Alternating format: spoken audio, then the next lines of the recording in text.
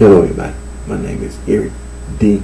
Johnson, also on BrightShine, right here in the city of Memphis, in the county of state, Tennessee. Today's date is early Monday morning, August the 24th, 2020, time 4:43 a.m. First, I thank all my family support for your continued encouragement support. And continue to keep myself employed right here in this Memphis tri-state area, and continue to further my education, more work out online to continue to pursue my social degree studies, being administrative, contract money. This present time took a break from going to school. But in the very near future, I will be going back to more work out online to continue to pursue my social degree studies, being administrative, contract market, anti-gang, United States Justice Department, and all the departments and agencies, the whole United States federal government, anti-gang, and that's the right thing to do. That's the right thing to do.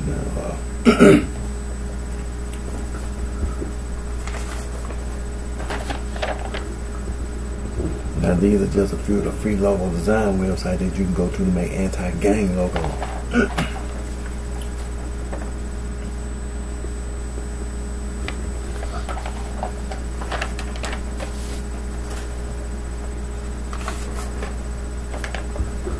And remember these words: coercion, coerce, sexual coercion, psychological coercion, psychological manipulation, psychological abuse.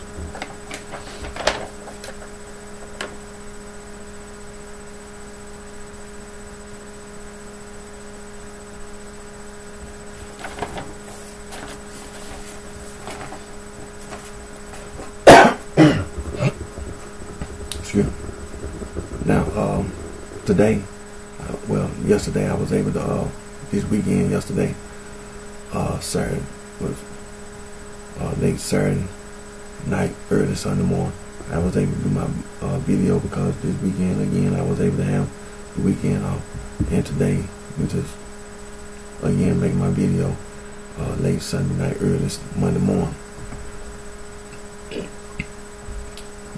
Make my video, and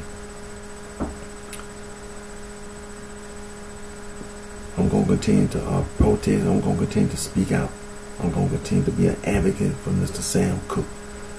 Mr. Sam Cooke was unjustly murdered in December 1964. A good man. Man had a wife at home. Mr. Barbara Kimball Cooke. They had two beautiful daughters, Linda and Tracy.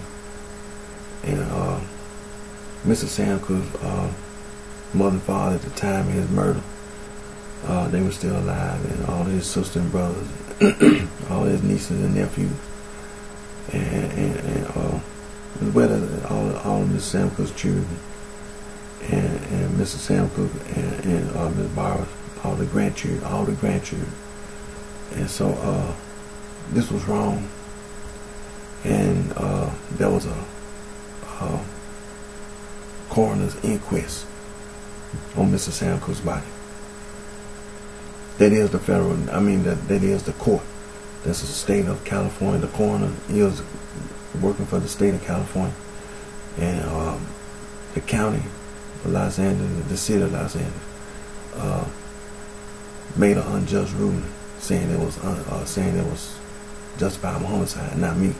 I purchased a copy of Mr. Sam Cooke's autopsy, which is the coroner's report, and from Celebrity Archive for $25, and that is the official court document. Because that's still the court. The coroner's inquest is still the court of California, as well as federal.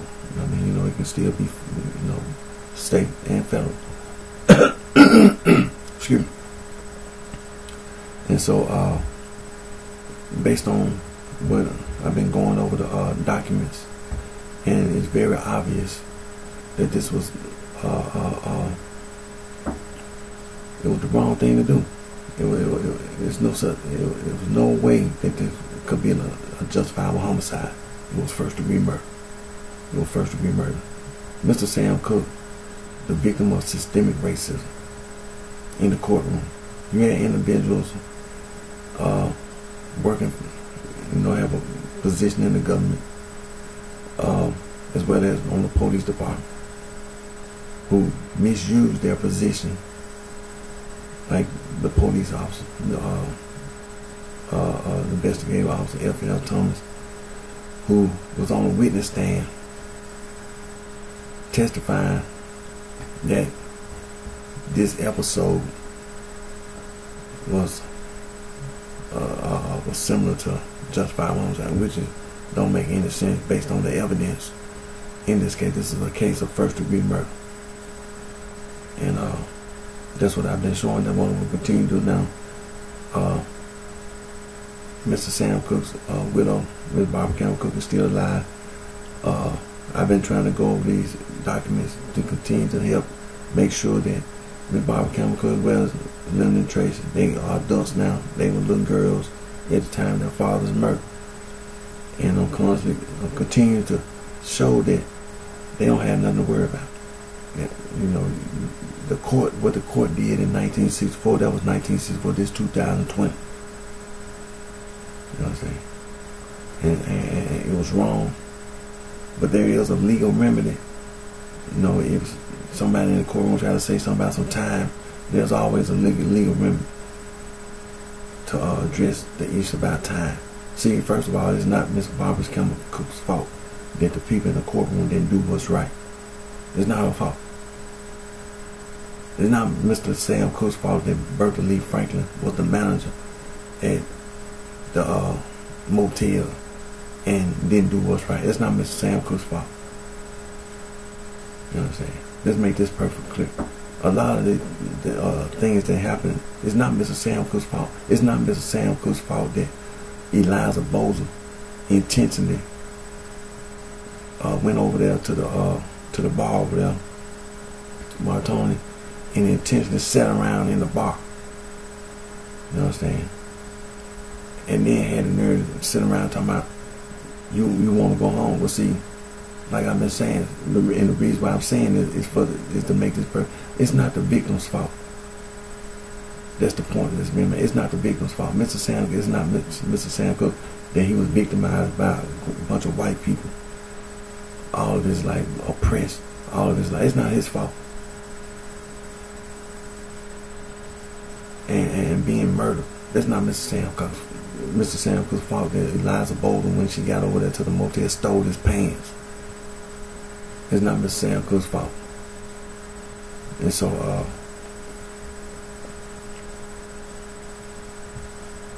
when I continue to go over these documents, that's the point that's being made. You know, you don't let people lie to the general public. You don't let people lie to the general public. That's what you've been doing. You've been sitting around lying to the general public. Like I've been saying, I didn't watch that Netflix documentary because I ain't have to watch, because it was totally wrong for them to even did that. It's wrong. When I watched all these documents on Mr. Sam Cook's life, it's wrong that, not saying, you know, not blaming them for, but the point is this: all these years that this case has not been addressed properly in the courtroom is wrong. There was no reason for Netflix to even did a documentary of that nature. Miss Barbara Campbell Cook is still alive. Linda and Tracy, Mr. Sam Cook's two daughters, as well as his other children, they are alive. They are alive. So why is Netflix? That's the reason why I'm saying there's no need for anybody else to be talking about no documentary and knowing that Linda and Tracy are alive. Mr. Sam Cook's two daughters, Linda and Tracy, are alive. Mr. Sam Cook is a grandfather. His grandchildren are grown. Many of it, you understand? That's the reason why. I mean, Mr. Sam Cook's nieces and nephews who were in the documentary. See, you don't do that. That's the reason why I'm doing what I'm doing. I'm telling you, there's a legal remedy in the courtroom. I don't want to hear nothing about no documentary. If I had to go in the courtroom myself, if I had to go down to the courthouse myself, I would go down there myself. Because see, it's wrong. It's wrong what you did to Mr. Sam Cook and to Miss Barbara Campbell Cook, to Mr. Sam Cook's mother and father, his sister and brother, as well as, especially to his two daughters, as well as all the Mr. Sam Cook's other children. It's wrong. It's wrong, and you don't get away with it. The state of California or no state in the United States of America gets away with doing it. You don't get away with it. And so, like I said, Miss Barbara Campbell Cook, it's understandable people can be apprehensive about the courtroom because you feel like you don't have a law degree. And I mean, well, you know, the law is broad. You have real estate law. You understand? Small claims court. The law is very broad. It's all kind of law. You see people advertise on, you know, bankruptcy law. You understand? Corporate law. And then you get into civil and criminal. Family, you have people who deal with the law with divorce, the husband and wife get to, you know, break up, what they call it, family law. Then you have the law, immigration law. You have law to deal with juvenile court. You understand? That's a whole another field of law. I mean, the law is broad. There's so much law. You understand? And so it's understandable that Ms. Barbara Campbell Cook, as well as Lyndon Trace, as well as Denise and Everett, be apprehensive because you feel like you don't have a law degree, and you know what I'm saying, you don't know the law. But that, like I said, there's no knowledge of the law. There's something that they'll tell you the law. If you, just because you don't know the law, that's not an excuse. You understand? That, you know, it's something that they'll say in the law. You know, like that's a defense, and you be like, well, I don't know. Well, you know, in a court of law, civil court, criminal, you know, civil criminal, just, you know, lack of knowledge of the law. You know, okay, well, okay, but that's the reason why I continue to point out the fact that this was wrong. It's wrong. What the people in the courtroom, what these individuals in the courtroom did was wrong. And that's the reason why I do the things I do. That's the reason why I do what I do, is to make it perfectly clear. Just because a little time has passed, there's always a legal remedy, including the federal court. This is an incident that happened in the city of Los Angeles, in the county of Los Angeles, state of California. Mr. Sam Cooke, a celebrity entertainer, murdered by this criminal, Bertha Lee Frank. Now the people that own that the cards, who own that motel, you know, they hired this woman and put her in a manager's position. She was unqualified. You know what I'm saying? She was not qualified. She did not have no bachelor's degree, no master's degree, no PhD. She was not qualified. Now, you may have started out as a cleaner woman at the motel, and then from a cleaner woman they put you in a position, you know, because they know they've been knowing you for like 5 years or whatever, and they put you in a position, call you the manager. Well,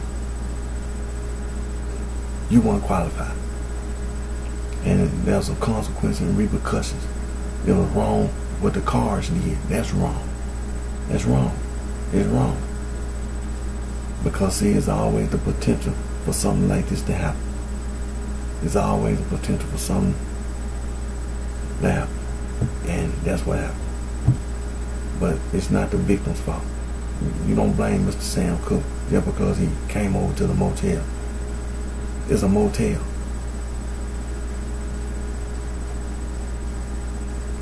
Now, where do you documents at?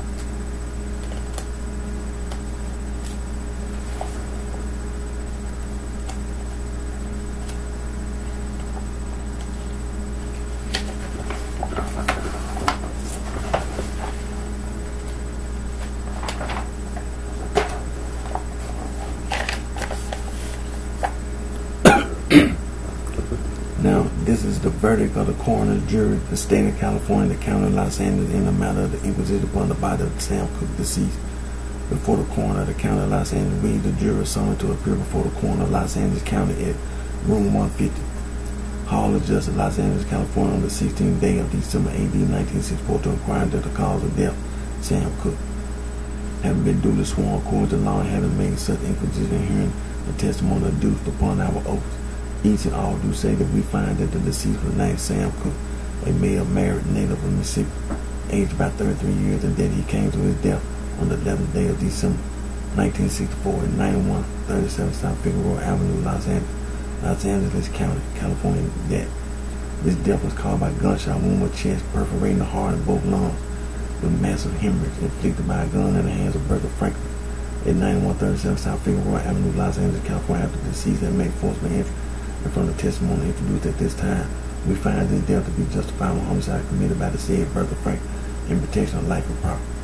All of which we do in certified by this inquisition writing by us signed this 16th day of December 1964.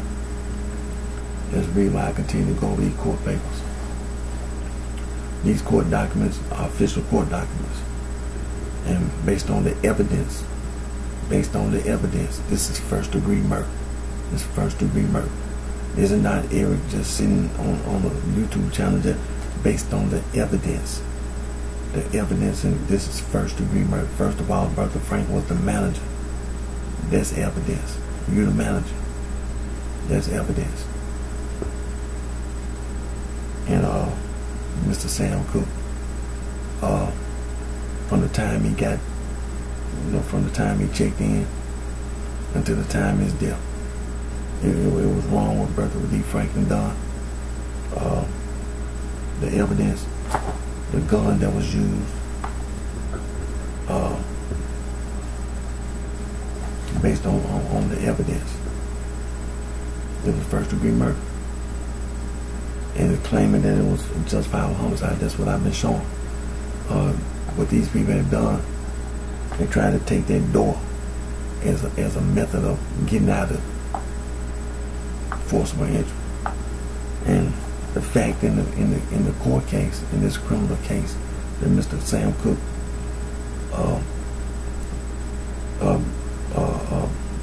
tore the door down. That's a fact in the court case. You understand? Forcible entry. But that's not the whole case. See? That's not all the facts of the case. It's a fact in the case, and it's all true. Mr. Sam Cooke did tear the door down. We forced the door open. After that, see, it's a sequence of events. It's a sequence of events. And when you get to the part where Mr. Sam Cooke is murdered, by the time the door don't matter. It don't matter. Because Bertha Franklin kicked Mr. Sam Cooke and pushed Mr. Sam Cooke down on the ground. Now, we've been going over the testimony of the officer F.L. Thomas and from the 77th Division of Los Angeles Police Department. He was an investigative officer. They did ballistics on the gun, and they took pictures of the crime scene, and they also all this stuff about lie detector, all this stuff. They did test for blood and all this, and Mr. Sam Cooke had a sport jacket on. Bertha Franklin fired 3 shots. And there were 3, like the officer said, Officer Thomas said that she fired 3 shots. And there were 3 bullets still left in the gun. 1 bullet they didn't find. Another bullet they found in the room, like on a certain, it hit the ceiling or something like that. Then another bullet hit Mr. Sam Cooke's chest. But it wasn't in the front of his chest. It was from the side. See, if you had your common sense supposed to supposed to say, if Mr. Sam Cooke got a gunshot wound to both lungs and his heart, if you had a shot Mr. Sam Cooke from the front, there's no way Mr. Sam Cooke would have had a gunshot wound to both lungs and his heart with a revolver, one bullet. In order for that to have happened, Mr. Sam Cooke was shot from the side, and it was at close range. There's gunpowder residue on Mr. Sam Cooke's sports jacket. You were so close that it put that gunpowder residue was left on Mr. Sam Cooke's sports jacket. You were just that close. That's first degree murder. See? And Mr. Sam Cooke, the bullet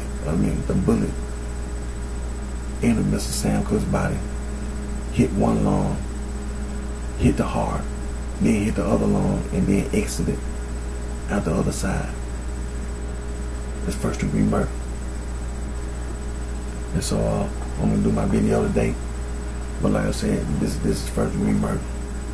It's first degree murder, and based on the evidence, it's first degree murder, and there will be justice for Mr. Sam Cooke. Mr. Sam Cooke will get justice, as well as all of Mr. Sam Cooke's family. Ms. Barbara Campbell Cooke. It's not her fault that the people in the courtroom didn't do what's right. Just like Mr. Sam Cooke, she an African American. During that period of time, she all her life had to deal with being oppressed by white people in this country and being victimized in the courtroom. Mr. Sam Cooke falsely accused and unjustly murdered by Bertha Lee Franklin. And you had some white people in the courtroom who misused their position to let her get away with it, as well as the people that owned the motel. It's not Ms. Barbara Campbell Cooke's fault. It's not Lyndon Tracy's fault. It's not Mr. Sam Cooke's niece and nephew, not his sister and brothers, not his mom and dad. It's not their fault. It's not Mr. Sam Cooke's fault. These people are criminals. They're criminals. And they will be held accountable and responsible for the crimes they committed. It's a crime. And irregardless about the time, there's always a legal remedy. Always a legal remedy. So Ms. Barbara Campbell Cooke don't have to worry about how much time has passed. You understand? Lyndon Tracy don't have to worry about SAR records. Don't have to worry about it. That's part of Mr. Sam Cooke's owns his own record label, and that's the law as well. And just because a person die or get killed, that don't mean that your business fall apart. That don't mean that the business that you started got to close down. Who said that? There's nothing in the law that tells you that a person who starts a business or owns a business, just because you die, a lot of times a person leave a business behind to their loved ones. So what makes you think that you can, the state or these criminals got away with not only not holding Bertha Lee Franklin responsible and accountable, but you tried to destroy SAR records. You don't get away with it. So like I said, I'm doing my video today, but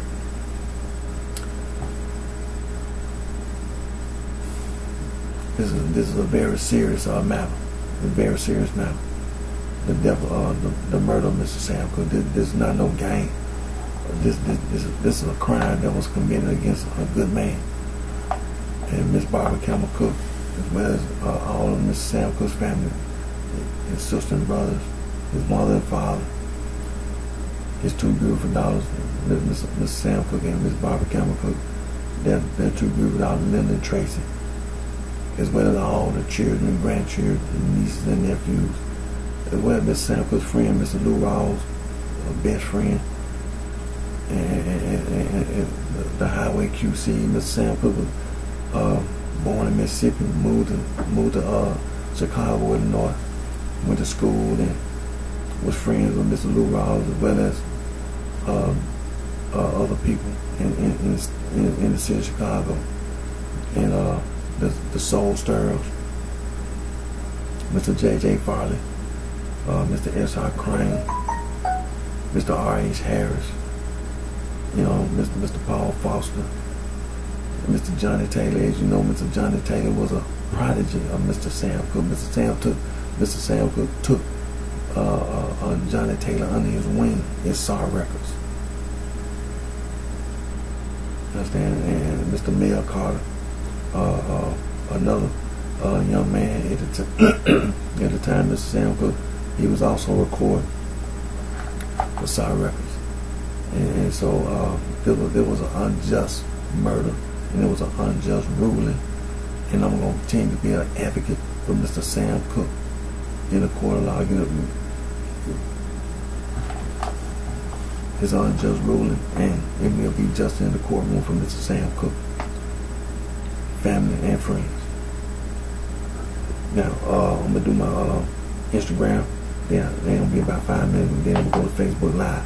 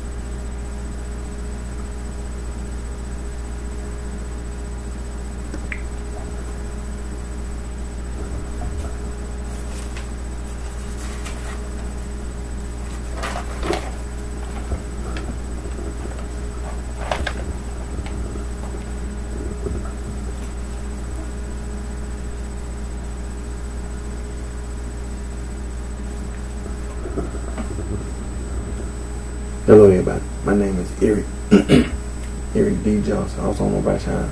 I live right here in the city of Memphis, in the county of State, Tennessee. Today's date is early Monday morning, August the 24th, 2020 time,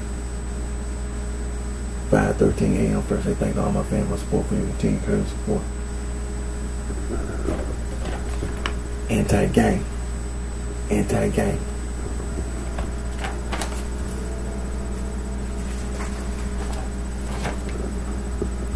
Now, these are just a few of the free logo design websites that you can go to make anti-gang logo.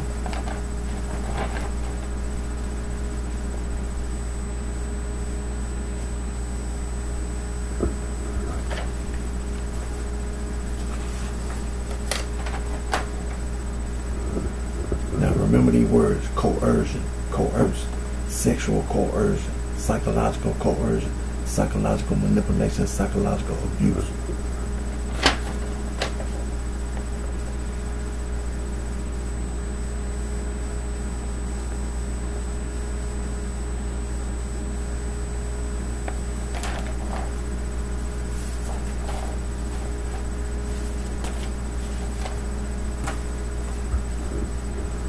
First, I always give thanks to God for all the blessings and guidance that God provides us always. Always put God first. Now, doing my Instagram video, my YouTube channel is recording, And after I do my Instagram, I'll be along about 5 minutes. I'm gonna spend more time on Mr. Sam Cooke's murder case. And so like I said, I'm not gonna be that long. I'll be about 5 minutes on Instagram, then I'm gonna go to Facebook Live. But this is a very serious matter, and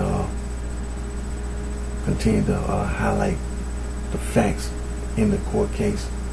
That there's an unjust ruling in Mr. Sam Cooke's murder case, and don't want to see any more of these documentaries, so-called documentaries like Netflix. I didn't even watch it, and I still to this very day I didn't even watch it. Don't want to watch it for this reason. I don't know why. You see, Miss Barbara Campbell Cooke is alive. Mr. Sam Cooke and Miss Barbara Campbell Cooke's two beautiful daughters, Linda and Tracy, who were little girls at the time of their father's murder. They are adults now. Mr. Sam Cooke and Miss Barbara Campbell Cooke are grandparents. The grandchildren pretty much grown. Mr. Sam Cooke's mother and father at the time were alive. They passed away. Mr. Sam Cooke's sister and brothers, possibly, because of time, age, and things of nature, could have passed away. Some of his sister and brothers could still be alive. Mr. Sam Cooke has nieces and nephews, and all the children and grandchildren. But it's wrong. That's the reason why I do what I'm doing, because you can't overlook the family that are still alive and be talking about Mr. Sam Cooke as if like there's nothing to do. I'm doing something. You see what Eric Dwayne Johnson doing? There's no reason for you to make no documentary. We have a court of law. You have civil court. You have criminal court. Miss Barbara Campbell Cooke is still alive. Linda and Tracy are alive. Mr. Sam Cooke had grandchildren. Now Miss Barbara Campbell Cooke is a grandmother. She had grandchildren. They alive. There's no reason for you to be making no documentary. We have a court of law. We have state law. We have an appeals court. We also have a federal court. That's the reason why I'm doing what I'm doing, because we're going to get in that courtroom and we're going to get this straightened out. You owe Miss Barbara Campbell Cooke a lot of money. You owe Miss Barbara, get straight to the point, you owe Miss Barbara Campbell Cooke a lot of money. SAW records included. Just because a person died, that don't mean that the business closed. Where you see that at? All around the United States of America, you see all these corporations and companies, family-owned businesses. The person who started the business, the person who started the corporation, they passed away and the business still going. What make you think SAW Records is any different? What make you think SAW Records, just because Mr. Sam Cooke was murdered, SAW Records should still be going on? You owe Miss Barbara Campbell Cooke and SAW Records a lot of money. It's wrong what was done in December 1964. Mr. Sam Cooke was unjustly murdered by a criminal named Bertha Lee Franklin. And there were some criminals in the courtroom who made an unjust ruling. And we're going to go back in that courtroom and it's going to be undone. Mr. Sam Cooke will get justice in the court of law, as well as all his family and all his friends. Mr. Lou Rawls, go all the way back to Chicago, Illinois. All of Mr. Sam Cooke, the Soul Stirrers, Mr. R.H. Harris, Mr. R.S.R. Crane, Mr. J.J. Farley, Mr. Paul Foster, the Soul Stirrers, as well as Mr. Johnny Taylor, a prodigy of Mr. Sam Cooke. Mr. Mel Carter, still alive. It's going to be justice in the courtroom for Mr. Sam Cooke. It will be justice in Sam Cooke. That's a guarantee.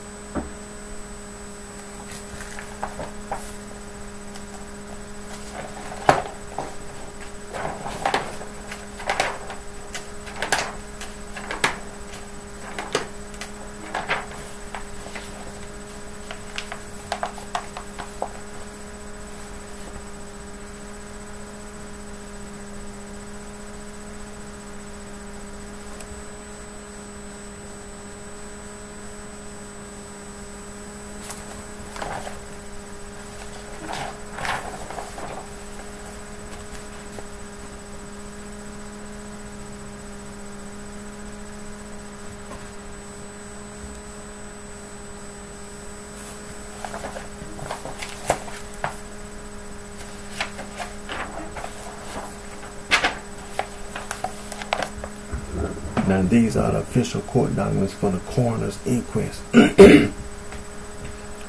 These are official court documents. And I purchased a copy of Mr. Sam Cook's autopsy, which is the coroner's report. And there was an inquest on Mr. Sam Cook's body. These are official court documents. Official. I purchased from Celebrity Archive for $25. For $25. And based on the evidence contained in these documents, nowhere in hell you gonna talk about no justifiable homicide. It's wrong what the people in the courtroom did. It's wrong. It's a case of systemic racism. And it's gonna be justice in the courtroom for Mr. Sam Cook. Now, this is the verdict of the coroner's jury, the state of California, the county of Los Angeles, in the matter of the inquisition upon the body of Sam Cook, deceased before the coroner of the county of Los Angeles. We, the jury, summoned to appear before the coroner of Los Angeles County in room 150 Hall of Justice, Los Angeles, California, on the 16th day of December 18, 1964, to inquire into the cause of death of Sam Cook. Having been duly sworn according to law, having made such inquisition, hearing the testimony adduced upon our oath, each and all do say that we find that the deceased was named Sam Cook, a male married native of Mississippi, aged by 33 years, and that he came to his death on the 11th day of December 1964 at 9137 South Figueroa Avenue, Los Angeles County, California. That this death was caused by gunshot wound to the chest, perforating the heart of both lungs with massive hemorrhage inflicted by a gun in the hand of Bertha Frank. In 9137 South Figueroa Avenue, Los Angeles, California, after the deceased had made forcible entry. And from the testimony introduced at this time, we find the death to be justifiable homicide committed by the said Bertha Franklin, protecting of life and property. All of which we duly certified by the Inquisition, writing by us, signed the 16th day of December 1964. That's a crime. That's a crime. These people are criminals. The people in the courtroom are criminals. You know, that was during the 1960s, early 1960s. The civil rights movement was still going. We were still trying to deal with all this racial prejudice and bigotry. And it was wrong. No justifiable homicide. The facts of this court case, this criminal case, Mr. Sam Cook, is first degree murder. It's first degree murder. Mr. Sam Cook got gunshot wound, gunpowder residue. He had a sports jacket on at the time of his death. There's gunpowder residue on the sports jacket. Close range. That's what that means. It was close range. When you have gunpowder residue, that means it was close range. That's first degree murder. You were so close to Mr. Sam Cook that you left gunpowder residue on his sports jacket. You weren't at a distance just shooting a gun. You walked up to Mr. Sam Cook and started shooting. And shot Mr. Sam Cook in the chest. And what does that mean? Now use your common sense. Mr. Sam Cook got a gunshot wound to both lungs and his heart. If Mr. Sam Cook had been shot from the front, you couldn't have hit two lungs and the heart from the front with one bullet. Mr. Sam Cook was shot from the side. Mr. Sam Cook had a gunshot wound entering from the side. It hit one lung, the one bullet. It hit a lung, hit the heart, then hit the other lung, and then exited out the other side. Now, was Mr. Sam Cook standing or was he down on the ground? Well, you know, sometimes you have to just use your common sense with a firearm. Now, you got a firearm in your hand and the recoil from a gun. If you at close range and you fire a gun, you had to have been down on the ground. You had to be. Because if Mr. Sam Cook heard a gunshot wound, is it a possibility Mr. Sam Cook would have tried to run himself from a gun? if he heard it, even if he heard it and hadn't got hit. But you know, it sounds to me like Mr. Sam Cooke was down on the ground. He got pushed down on the ground. She ran and grabbed the gun. It sounded to me Mr. Sam Cooke was still down on the ground. And she ran and grabbed the gun and fired the gun. The police say they found one bullet, one shell on the other side of the room. Then they didn't find the other. She fired 3 shots. They found one bullet in they found the other bullet that hit Mr. Sam Cooke in his body. And supposed they exited out the other side. The other bullet they didn't find. And then you're saying that after Mr. Sam Cooke got shot, you with them type of injuries. Tell me, he said, "Lady, you shot me." And then he kept coming in, so I picked up a stick and hit Mr. Sam Cooke in the head.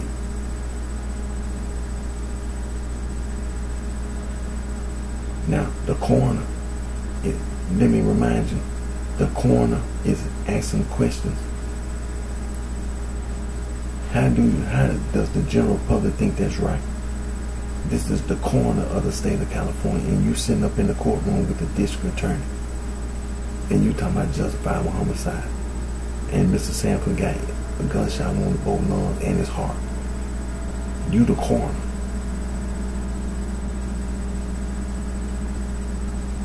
Now, there comes a time when you have to use your mind, your brain, and you have to start taking what's being said serious.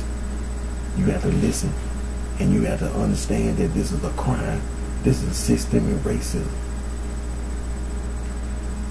The people that own the motel put Bertha Franklin in a position that she wasn't qualified for.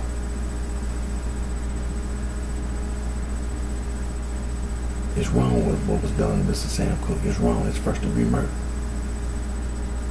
And it will be justice in the courtroom for Mr. Sam Cooke and his family and all his friends. It's wrong. It was wrong then, it's wrong now. And there is a legal remedy. So if it's anything that kind of trying to come up talking about time, it's irrelevant. It's irrelevant. There's always a legal remedy. You don't get away with the wrong that's been done. It's not the wrong. It's not the victim that did wrong. It's Bertha Lee Franklin who did wrong. And it's the people in the courtroom who did wrong. Miss Barbara Campbell Cook don't have nothing to worry about. You owe Miss Barbara Campbell Cook a lot of money, as well as SAW records. And it will be justice in the court of law.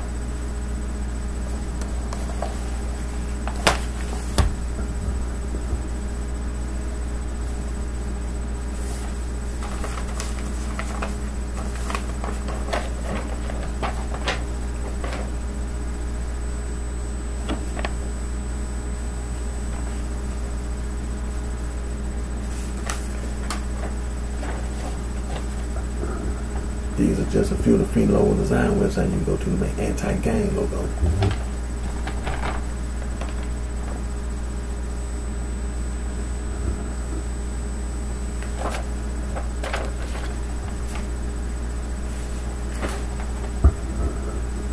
Now I'm gonna get ready to end my Instagram video, and then after I end my Instagram video, I'm gonna do my Facebook Live video. Okay.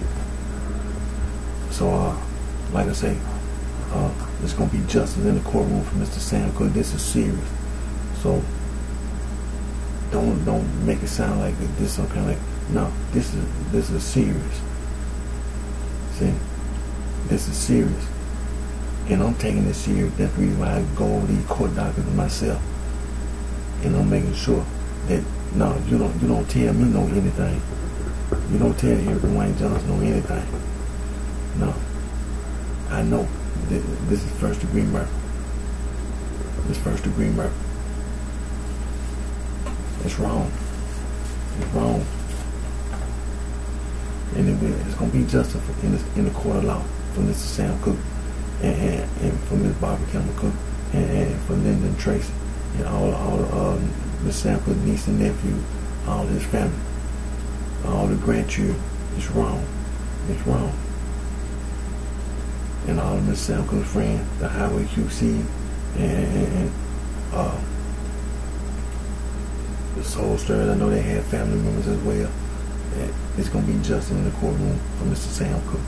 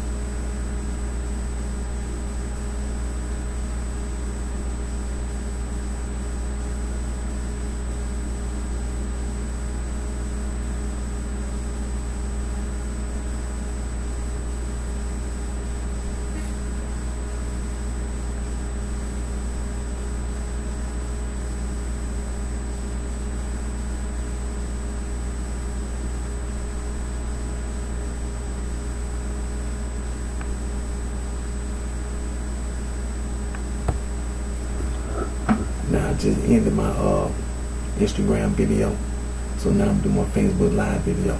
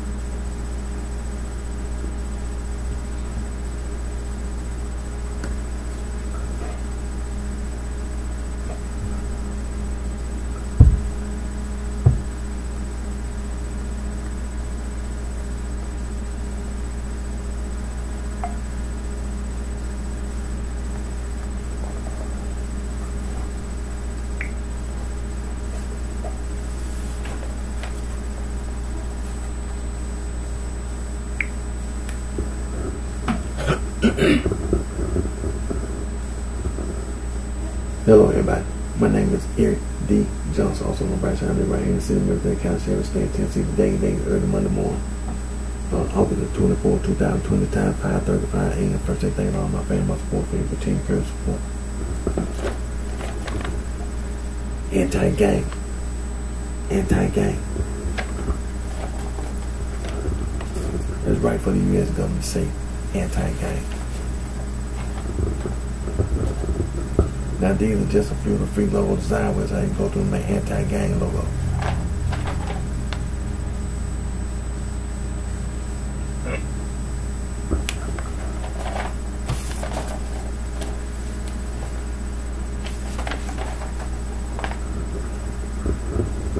Now remember these words: coercion, sexual coercion, psychological coercion, psychological manipulation, psychological abuse.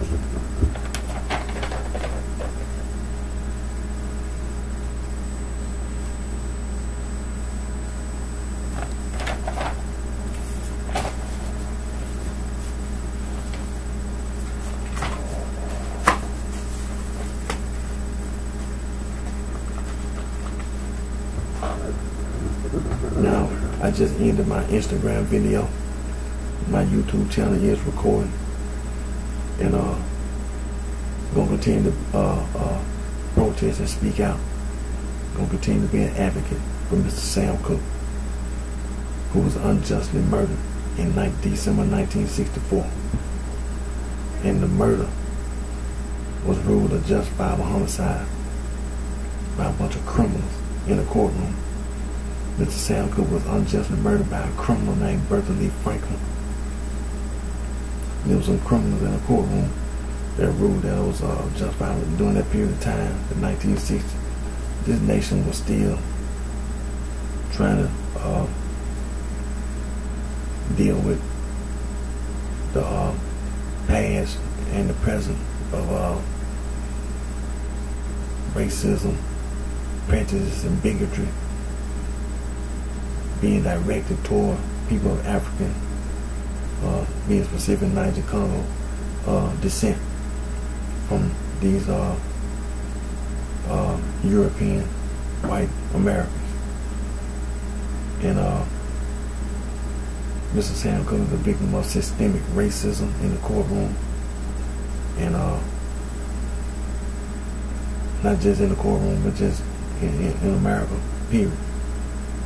And Miss Barbara Campbell Cook, his wife at the time, went into the courtroom and had to witness the systemic racism in the coroner's inquest. Mr. Sam Cooke's mother and father at the time were alive. You know, all his sisters and brothers, nieces and nephews, and Mr. Sam Cooke and Miss Barbara Campbell Cook had, at the time, they had two beautiful little daughters. Then they Trey, they were little girls at the time of their father's murder. Now they are adults. And Mr. Sam Cooke and Miss Barbara Campbell Cook were grandparents. Now the grandchildren are grown and adults. And so I didn't watch that Netflix documentary. That's the reason why, because it's wrong for this court case to not be resolved. Not saying anything about Netflix, because that's not what I'm talking about. I'm saying Miss Barbara Campbell Cook is still alive. The court case has not been resolved. That's what it means. That's what I mean. Mr. Sam Cooke's nieces and nephews, they're alive. Mr. Sam Cooke had two beautiful, and Miss Barbara Campbell Cook got two beautiful daughters, Linda and Trace. They are alive. They're alive. They walk around breathing just like I'm doing this video. They are alive. The grandchildren are alive. That's what I mean. The court case has not been resolved. There has not been any ruling to overturn the wrong to rectify the wrong that was done in December 1964. So I purchased a copy of Mr. Sam Cooke's autopsy, the coroner's report, from Celebrity Archive for $25. And I've been going over these documents, and these are official court documents. And I know it was wrong. It was wrong. The murder of Mr. Sam Cooke was wrong. And the ruling in the courtroom was wrong. It's wrong. It's wrong. Mr. Sam Cooke will get justice in the courtroom. That's a guarantee. It will be justice. It will be justice. Now,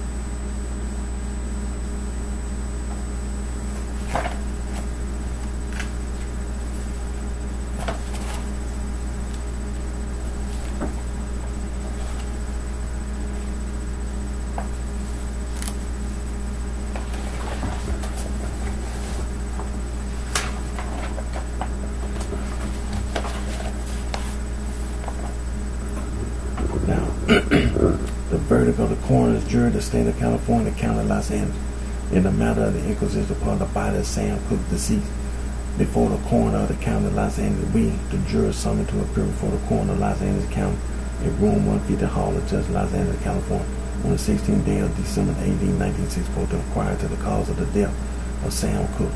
Having been duly sworn according to law, having made such inquisition, hearing the testimony adduced upon our oath, each and all do say that we find that the deceased was named Sam Cook, a male married native of Mississippi, aged about 33 years, and then he came to his death on the 11th day of December 1964 at 9137 South Figueroa Avenue, Los Angeles County, California. That this death was caused by a gunshot wound with chest perforating heart and both lungs, with massive hemorrhage inflicted by a gun in the hand of Bertha Franklin, 9137 South Figueroa Avenue, Los Angeles, California. After the deceased had made forcible entry from the testimony introduced at this time, we find the death to be justified by homicide committed by the said Bertha Franklin in protection of life and property.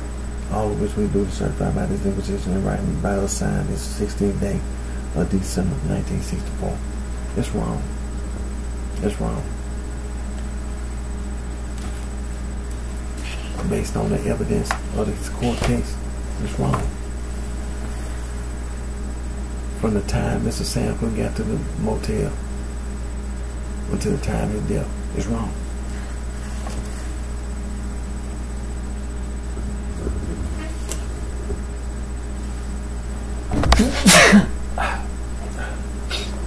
Excuse me.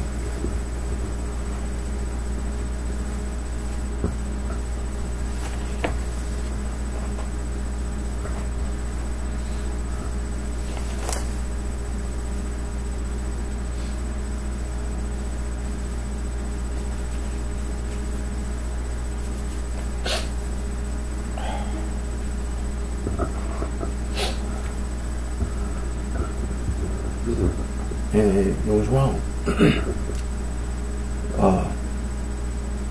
Mr. Sam Cook didn't do nothing wrong. From the time he got to the motel, from the time Mr. Sam Cook got to the motel to the time of death, he was being victimized by Bertha Lee Franklin, the so-called manager. See, the people at that owned that motel, that was wrong what they done. They had an unqualified person in a manager's position. And as you can see, look what happened. That's what happened. You had an unqualified person in the manager's position. It's not Mr. Sam Cook's fault. It's your fault.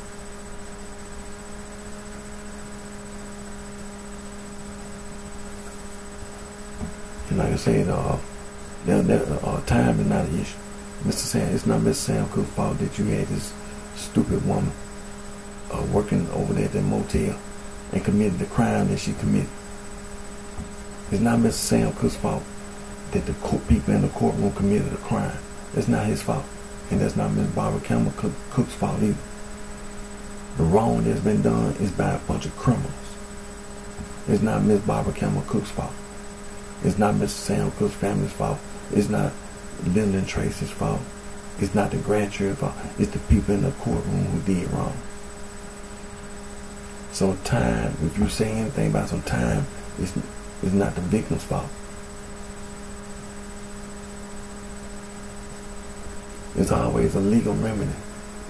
Now, this crime was committed in the city of Los Angeles, in the county of Los Angeles, in the state of California. Now, this is the United States of America. The federal court is there as well. Excuse me, the federal court is there as well. So it will be justice in the courtroom, but I don't think it's going to have to be in no federal court because it's wrong. Ms. Barbara Campbell Cook ain't got nothing to worry about. You owe Ms. Barbara Campbell Cook and Saw Records a lot of money. Who told you that in the United States of America that a business, Mr. Sam Cook owned his own business? Saw Records.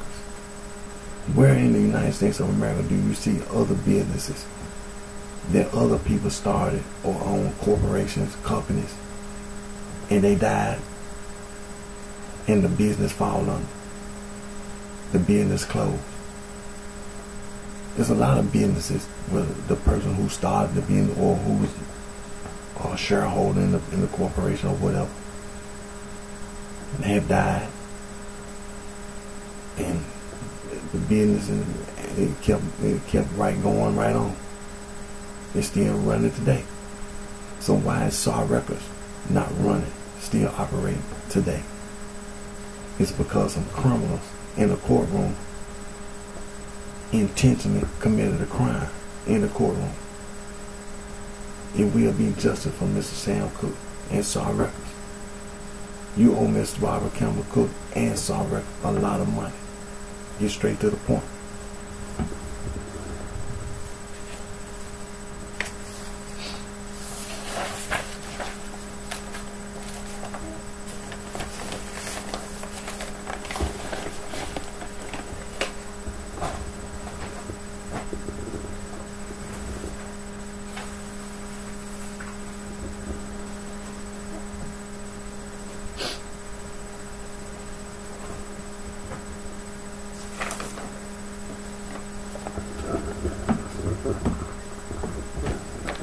Now this is a map of all the people on the earth.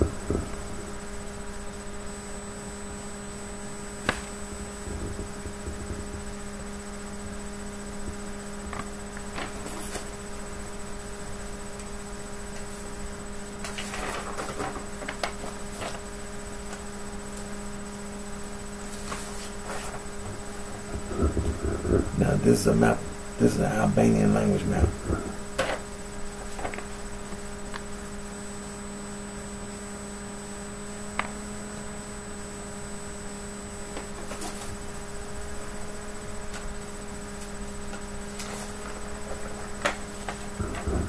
And this is a Baltic language map.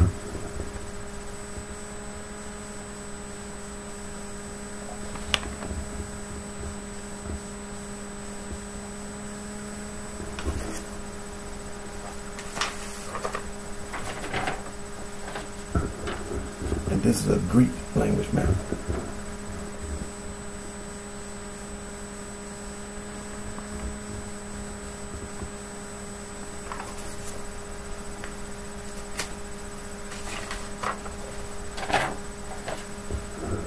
And this is a Slavic language map.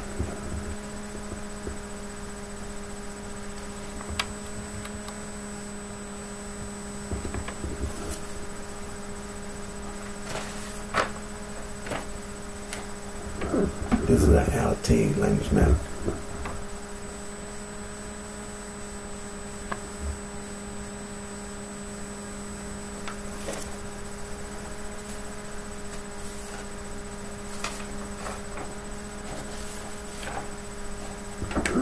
This is a Euro Altaic language map.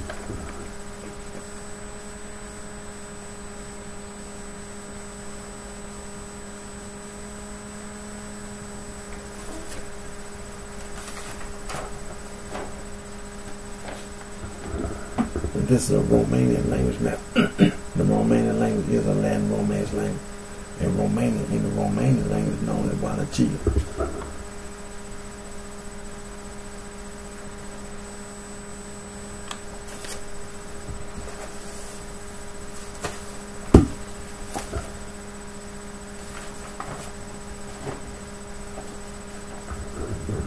Now, this is a map of the languages of Africa.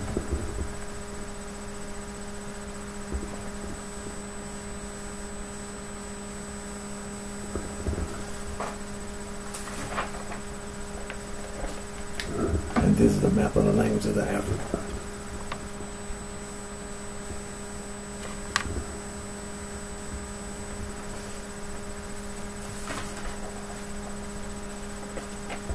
And this is the map of the languages of Africa.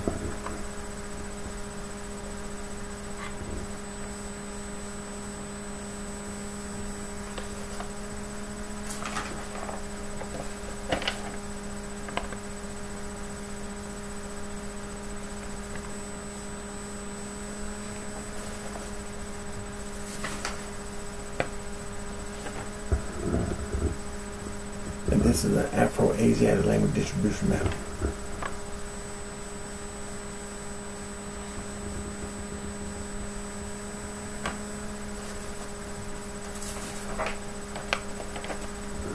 this is an Afro-Asiatic language distribution map.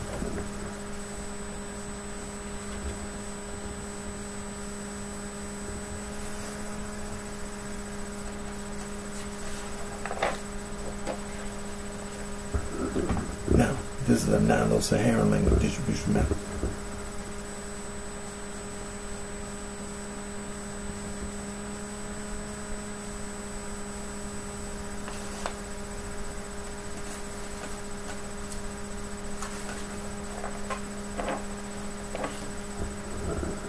And this is a Nilo-Saharan language distribution map.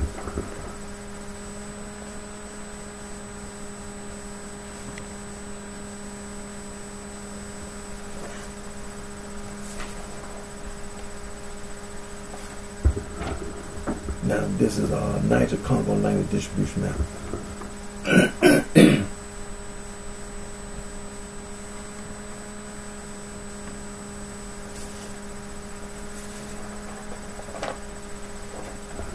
And this is a Niger-Congo language distribution map.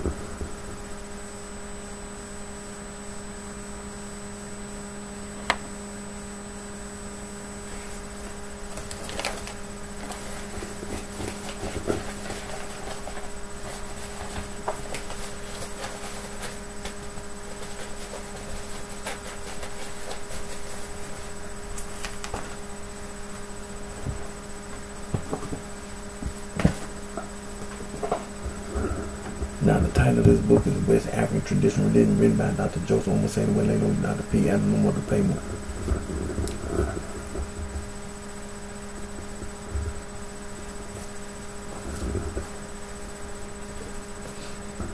The title of this book is African Traditional Religion and Definition, written by Dr. Ibadoja Adogu.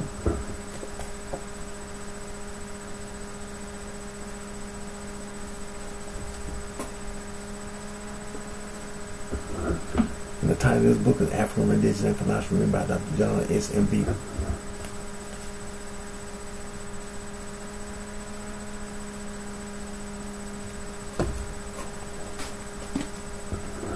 And the title of this book is Concepts of God and Africa, written by Dr. John S. M.B.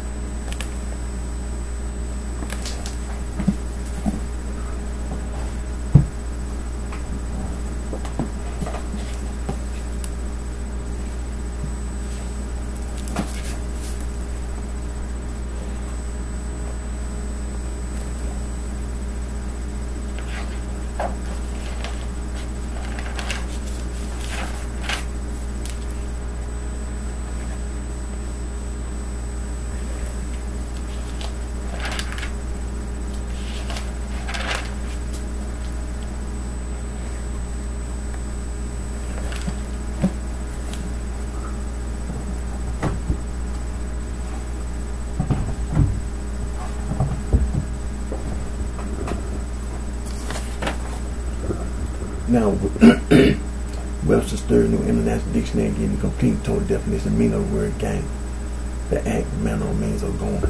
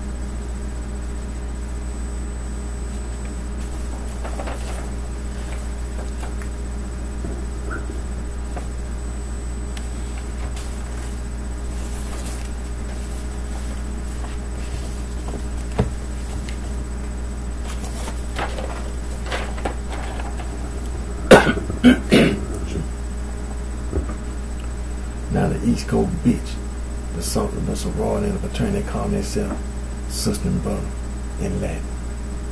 They're using their occult literature to try to claim the whole damn East Coast of the United States of America, from the state of Maine all the way down to the state of Florida, using their occult literature.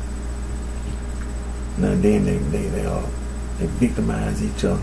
Then they go to other places in the United States of America where U.S. territory, using that occult literature. That's where all that blood gang, Crip gang, all that bloodstone, then limestone came from the sorority and fraternity, East Coast Beach. And so then you got all these celebrity athletes, celebrity entertainers who went to college.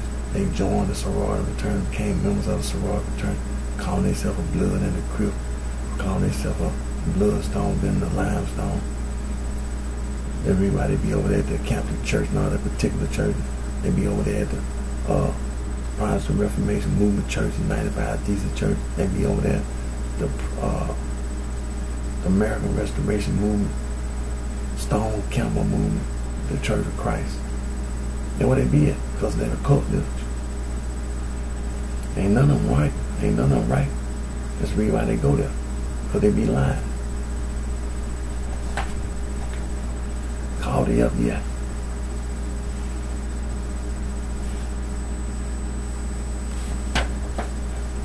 You ride around with license plates with Greek letters.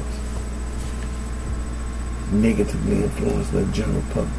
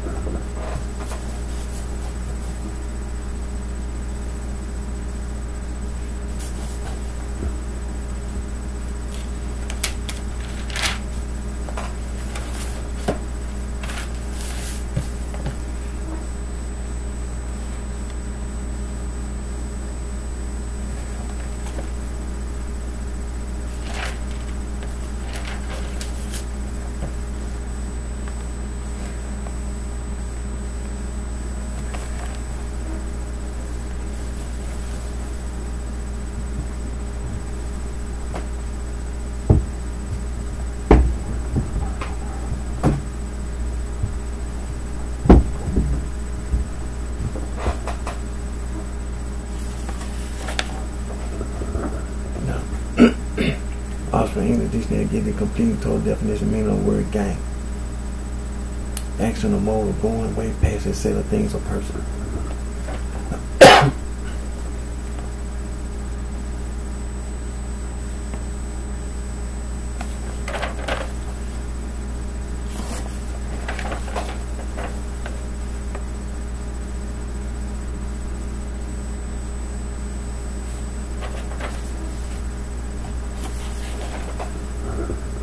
Again, that East Coast beach, the sorority and the fraternity. They're going around using that occult literature. They're trying to use that occult literature, trying to use the whole damn East Coast of the United States of America, from the state of Maine down to the state of Florida, using that occult literature. They victimize each other with that occult literature. Then they try to go to other places in the United States of America where it's U.S. territory, using that occult literature to victimize other people. That's where all that blood gang, Crip gang, and all that bloodstone and limestone came from. A lot of these celebrity athletes, celebrity entertainers. See, they joined and they became members of the sorority fraternity. They be using that occult literature. The reason why they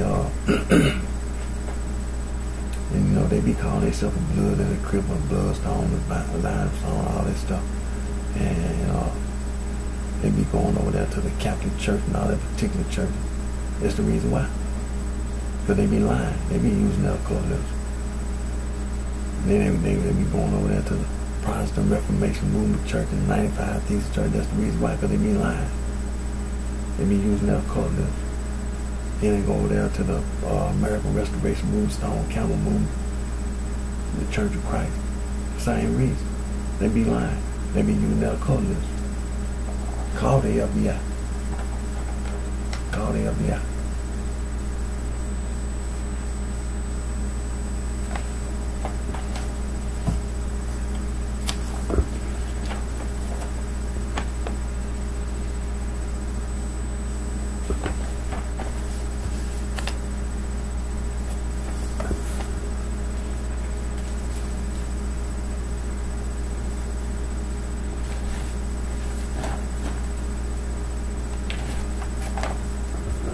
You know, the United States government enacted the Organized Crime Control Act of 1970 and the Title IX of the Organized Crime Control Act of 1970 is the Racketeering Influence Corrupt Organization. The RICO Act is anti-gang.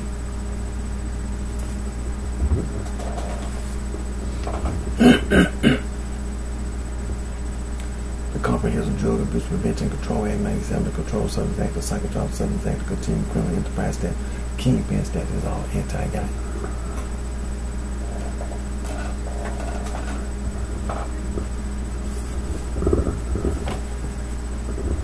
Juvenile Justice Delinquency Prevention Act of 1974 established the Office of Juvenile Justice Delinquency Prevention, as well as other related legislation. The Comprehensive Anti-Gang Initiative, the Office of Juvenile Justice Delinquency Prevention, and the Comprehensive Gang Law, the Office of Juvenile Justice Delinquency Prevention, the Bureau of Justice System, the Office of Justice Program, and the United States Department of Justice. The Office of Justice Program, the Bureau of Justice Assistance, the United States Department of Justice, Comprehensive Anti-Gang Initiative Project, Safe Neighborhood. The United States Department of Justice, the Office of Community-Oriented Police Service, Comprehensive Anti-Gang Initiative, the Office of Juvenile Justice Delinquency Prevention, the United States Department of Justice, the Office of Justice Program, the Bureau of Justice System, International Narcotics Law Enforcement Affairs, the United States Department of State Institute for Intergovernmental Affairs, Gang Resistance Education and Training Great Program.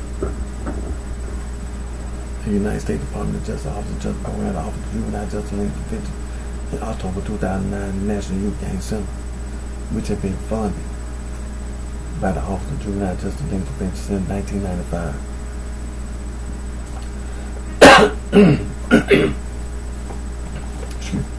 Merged with the National Gang Center, which has been funded by the Bureau of Justice since 2003.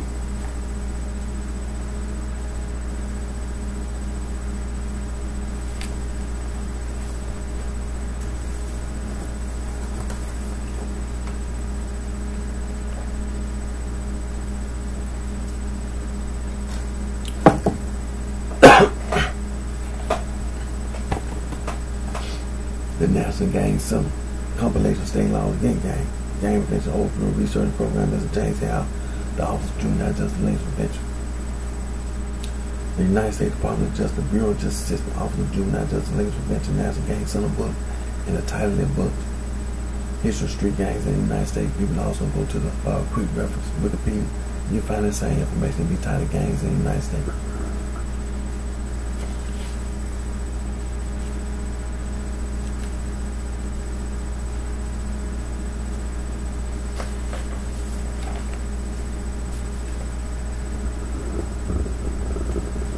The United States Department of Justice Office of the United States Attorney Man 1457 Current Street Gang Stand 18 United States Code 521.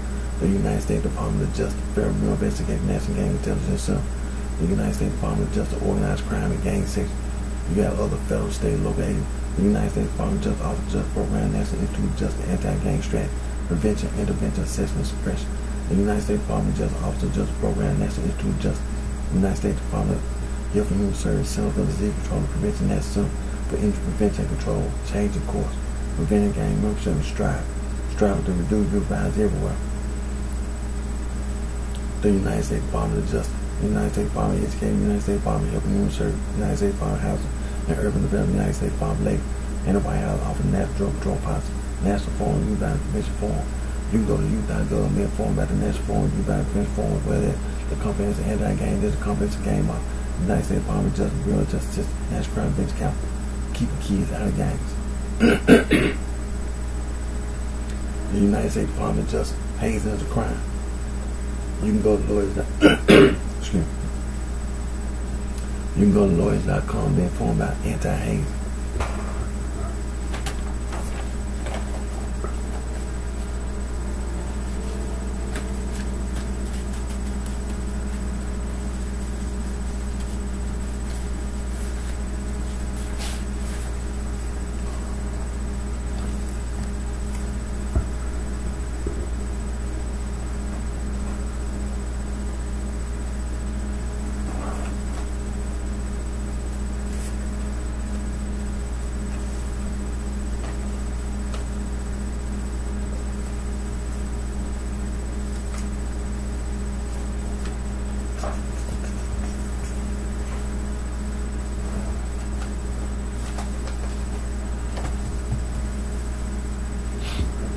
Now,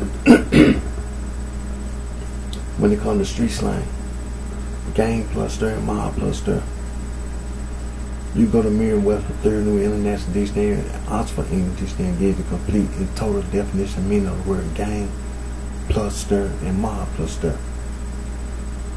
Other street slang: boss, goon, thug, crook, hoodlum, mac, player, pimp, whore, hustler, nigga, field, nigga, house nigga, street slang.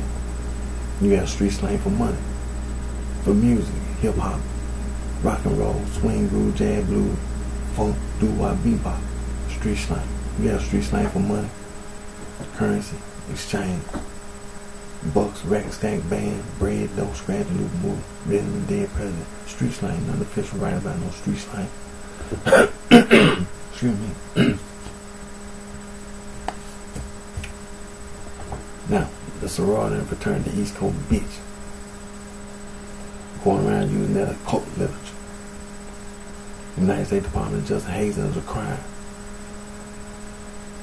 The sorority and fraternity use that's occult literature for initiation. You know, initiation ritual, that's the occult. And so the sorority and fraternity, you know, they commit crime on and off the campus. They use and abuse tobacco products. They indulge in gambling, gaming, exchange. They use and abuse alcohol and drugs. They indulge in immoral activity. They indulge in sexual deviance and depravity. Now, all those persons who initiated, started a sorority fraternity, renounce them and denounce the whole concept and idea of a sorority fraternity. You know, the sorority fraternity, you know, they work and they manage the business of companies and corporations. They use and misuse background check. They commit crimes against humanity, atrocities, violations of human rights, civil rights, inhumanity, and genocide, and ethnic cleansing, all forms of discrimination and harassment. They pollute the air, ground, water, and noise pollution. They destroy the environment, nature, and wildlife. So don't be misled by the sorority fraternity telling you they went to college. You see how excuse me, the United States Department of Justice said anti-gang. And then they have all these bureaus and agencies. The Bureau of Justice System, the Bureau What the hell?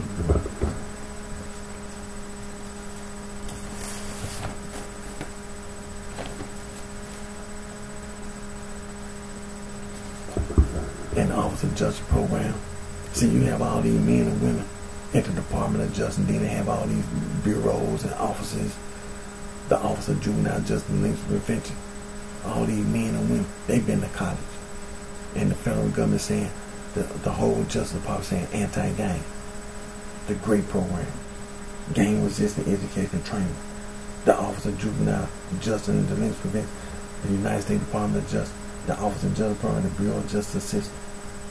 The International Narcotic Law Enforcement Affairs, the United States Department of State, the Institute for Intergovernmental Affairs. You see all these men and women.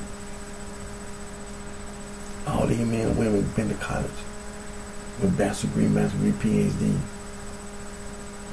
They know way more than the alumni in the sorority fraternity.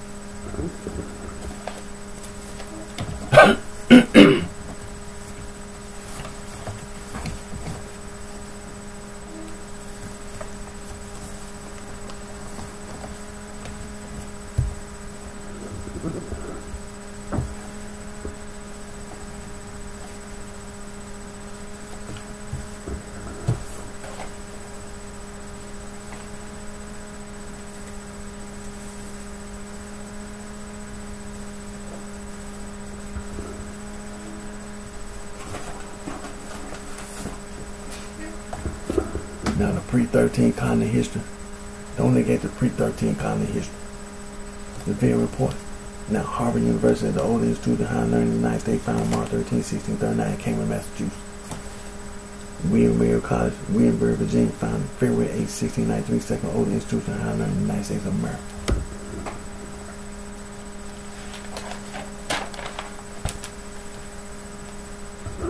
Phi Beta Kappa Society, founded December 5, 1776. The College of William and Mary, and is recognized as the first Greek Love Student Society in North America. Alpha Delta Pi First Sorority, founded in 1851, Wesleyan College in Macon, Georgia. The first organization to adopt the word sorority was Gamma Phi Beta, established on November 11, 1874 at Syracuse University, Syracuse, New York. The first women's fraternity was at DuPont College, 1880-something. The basis of the sorority fraternity from old world secret society from Africa, from Asia, from Europe.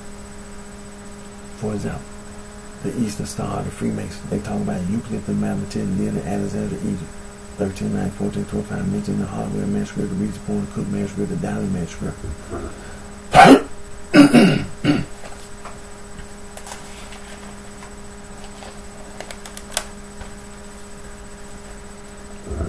Now, examples of them old world secret society from Africa, from Asia, from Europe: Skull and Bone, Rosicrucian, the Sons of the Living, Third Side, the Prime Side, Ordo Templarian, Knights of the Golden Eagle, the Woodman, the Ancient Arab Order, the Nobles of the Mist Shrine, the Improved Order Red, P.O. Sisterhood, the Eastern Star, Freemasons, the Elks, the Lord Order, Moose, the Bilderberg Group, the Ku Klux Klan, Knights of Pathiah, Knights of Columbus, the Illuminati, Far Side, Hermetic Order of the Golden Dawn, the Mystic Order of Bell Prophets of the Enchanted Ram, United Order of the Golden Cross, United Ancient Order, Druid National Right, Ancient Order, Herman Name, Obadiah, the Knights Temple, the Scottish Rite, the Spanish Gardoon, the Carbonari, the Black Hand, you say Mafia, the Afro-Asiatic, you say Costa Nostra, the Latin, the Triad, the Yaks, the Osiris.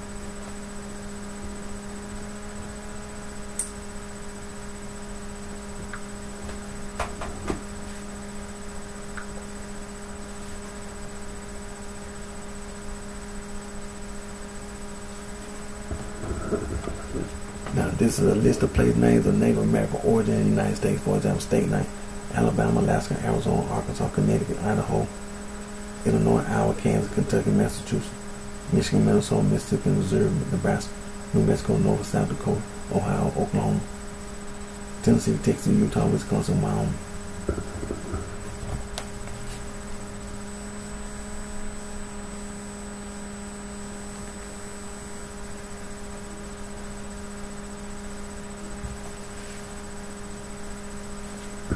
And scroll all the way down to the bottom where it says see also. You'll see other list of place names of indigenous origin in America.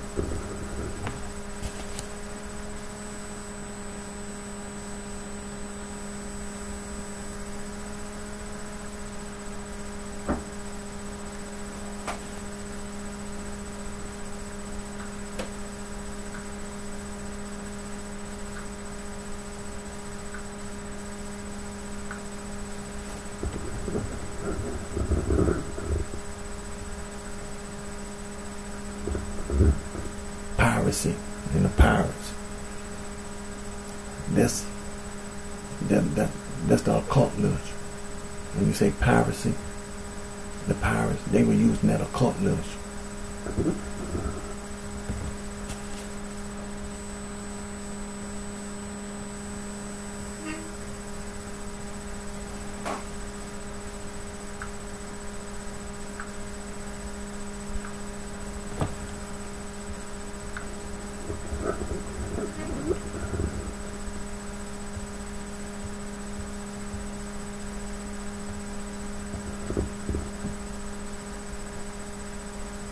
The United States Department of Justice, Office of Juvenile Justice, Links Prevention, the Bureau of Justice System, National Gang Center, Bullying, and Thailand, Bullying, History of Street Gangs in the United States. Read my Mr. James, I'm Mr. John P. Moore.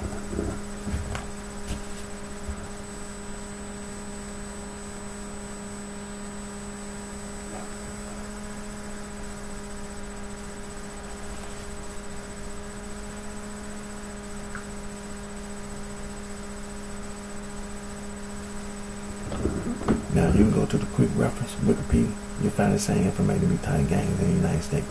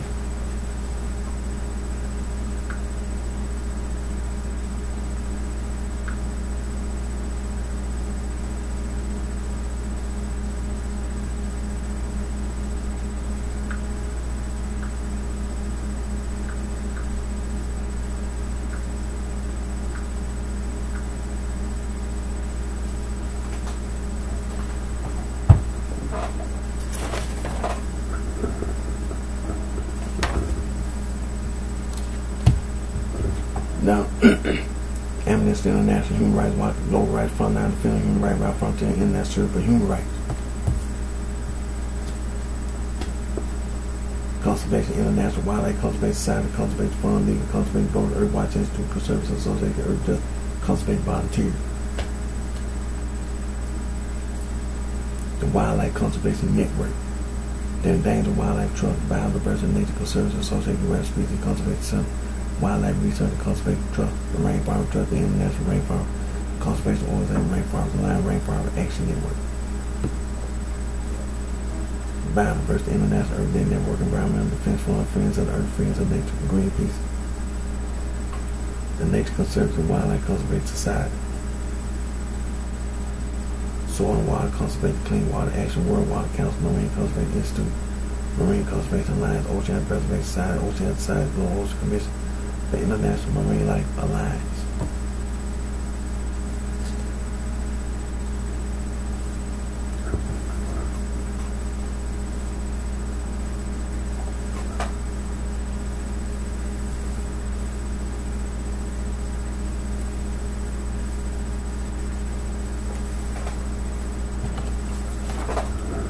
The International Bill of Human Rights.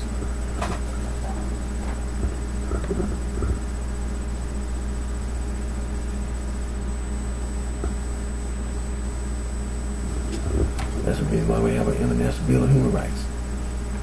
Because there are cultures, people going on. We had all these people on the earth going around each other, doing all this wrong. And the United Nations was based on, first it was the League of Nations. The Convention on Elimination of All Forms of Discrimination Against Women.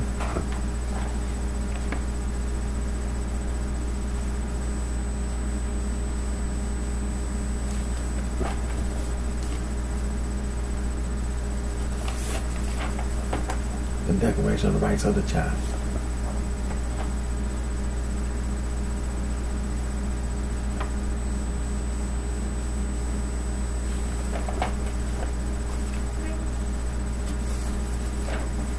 The United Nations Convention on the Rights of the Child.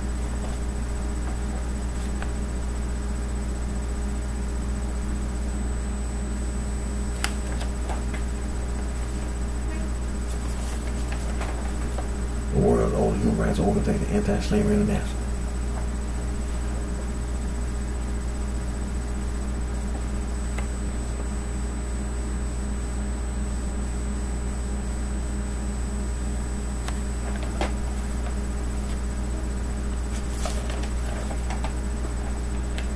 This is the International Federation for Human Rights.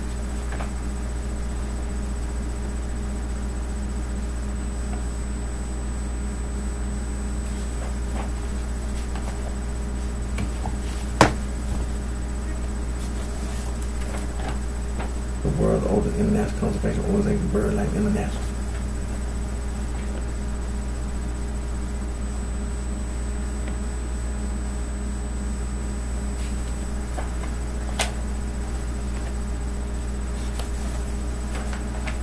Fauna and Flora International was the world's first international wildlife conservation organization.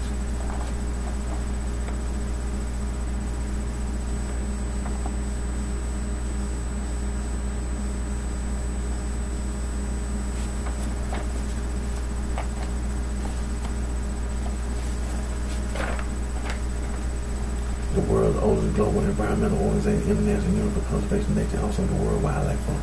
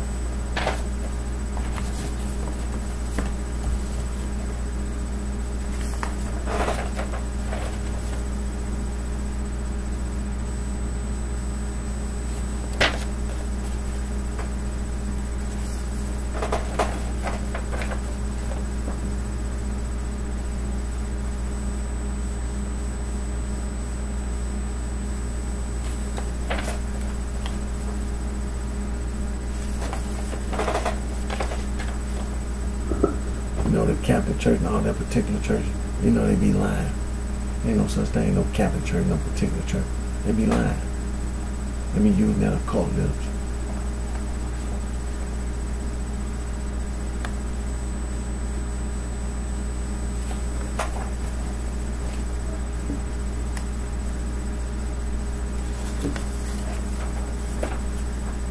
The Protestant Reformation Movement Church, 95 Thesis Church, that's the Catholic church and all that particular church. They be using that occult literature. They be lying. Ain't no such thing.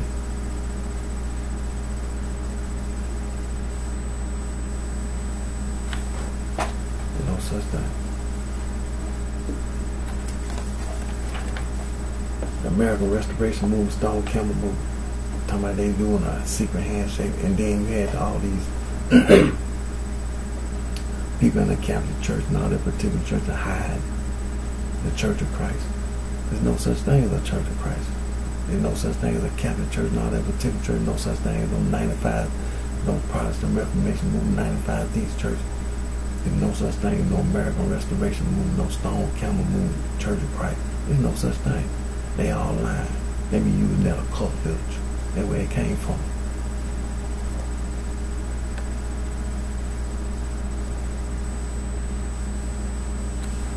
They doing the same thing that the pirates were doing. The same thing. Doing the same thing.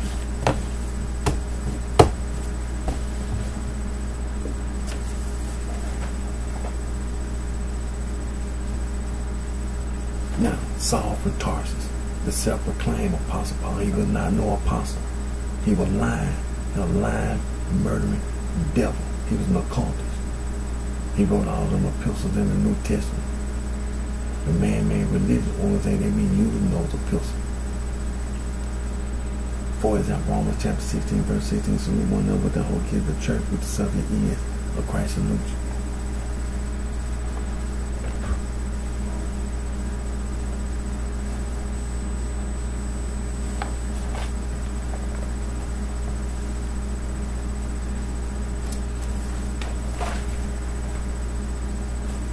Another example, 2 Thessalonians chapter 1, verse 4, so that we ourselves glory you in the church with the suffix, ye as in God for your patient faith, all your persecution and tribulation that ye endure.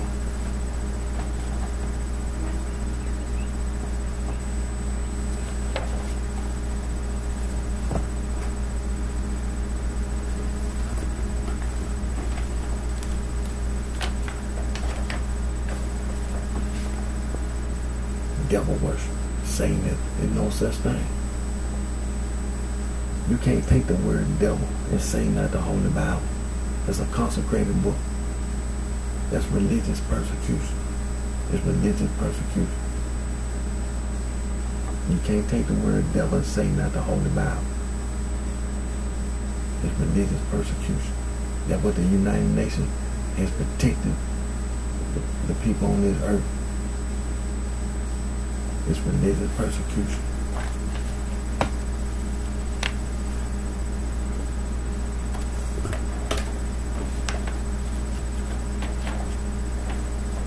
Now, the sorority and the fraternity, the alumni. You see that word cult at the top. See, you have people in the sorority fraternity, been in the sorority fraternity 20 years.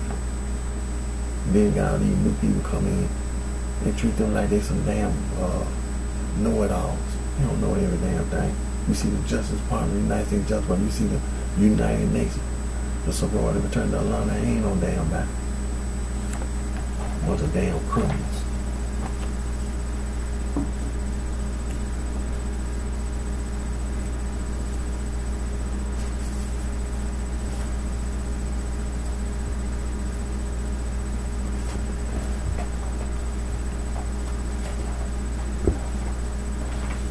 Now, that occult literature that the pirates were using, that the Catholic Church and all that particular church and the Protestant Reformation Movement Church, the 95 Thesis Church, the American Restoration Movement, the Stone Campbell Movement, the Church of Christ, they be using that occult literature, the sorority and the fraternity, the East Coast bitch, be using that occult literature, Western esotericism.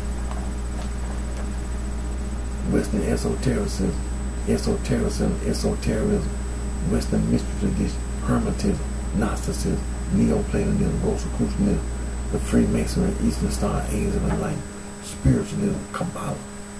You see the word occult and arcane, the microcosm, macrocosm, exoteric. Western esotericism, Western mystery tradition, Hermetism, Gnosticism, Neoplatonism, Rosicrucianism, Freemasonry, Eastern Star, Age of Enlightenment, Spiritualism, Kabbalah. You see the word occult and arcane, macrocosm, microcosm, exoteric.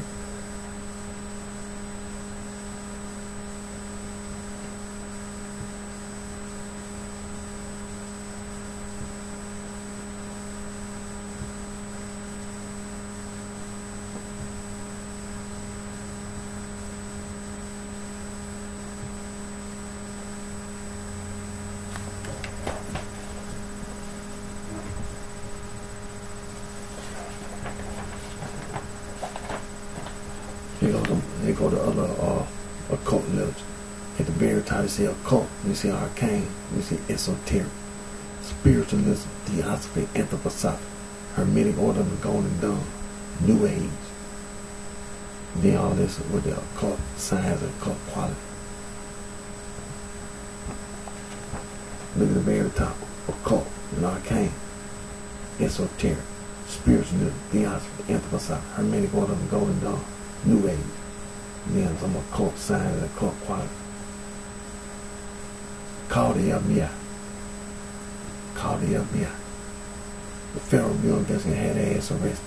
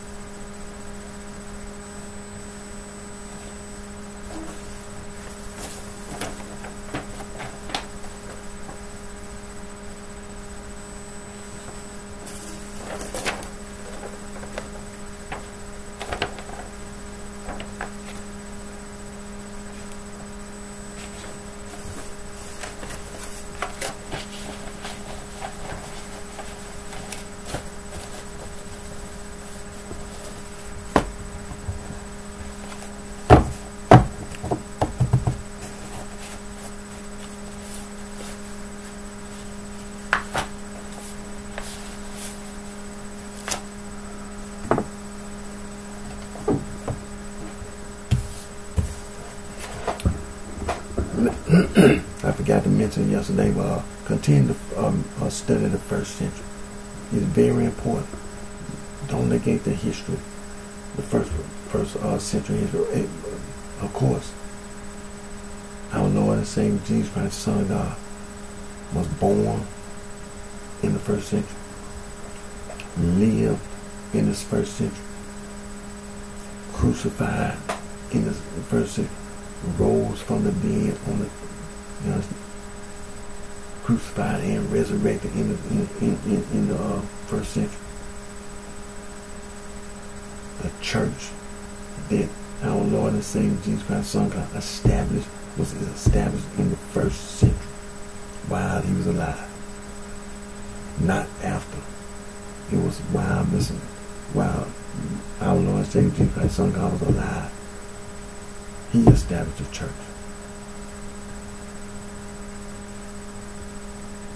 And after being crucified and resurrected and going on to heaven, the church continued to grow.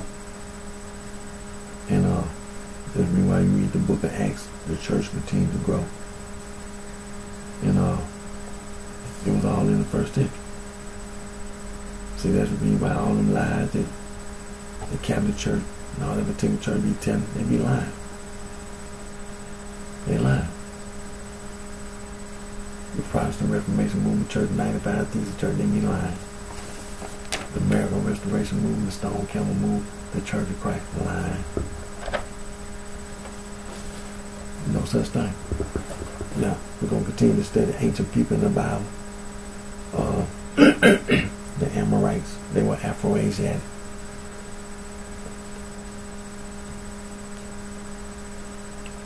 The Egyptians, they were Afro-Asiatic. The Amalekites, they were supposed descendants of Esau. And the Kenites, they were a nomadic tribe in the ancient Levant. Now Moses' father-in-law was a Kenite.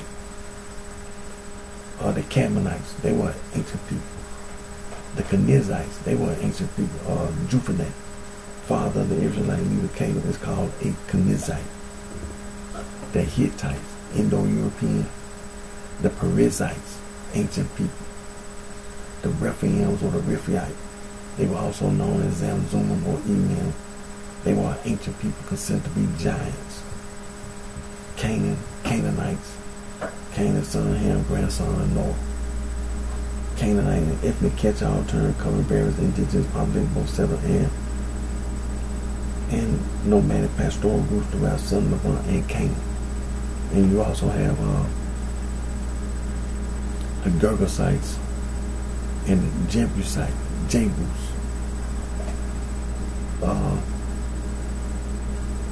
the Hittites, the Horites, the Hurrians, the Philistines. They were not Afro-Asiatic. And the Philistines have not been determined to be Indo-European. And you also have the Moabites they were Afro-Asiatic. The Midianites, they were Afro-Asiatic. And the Ammonites, they were Afro-Asiatic.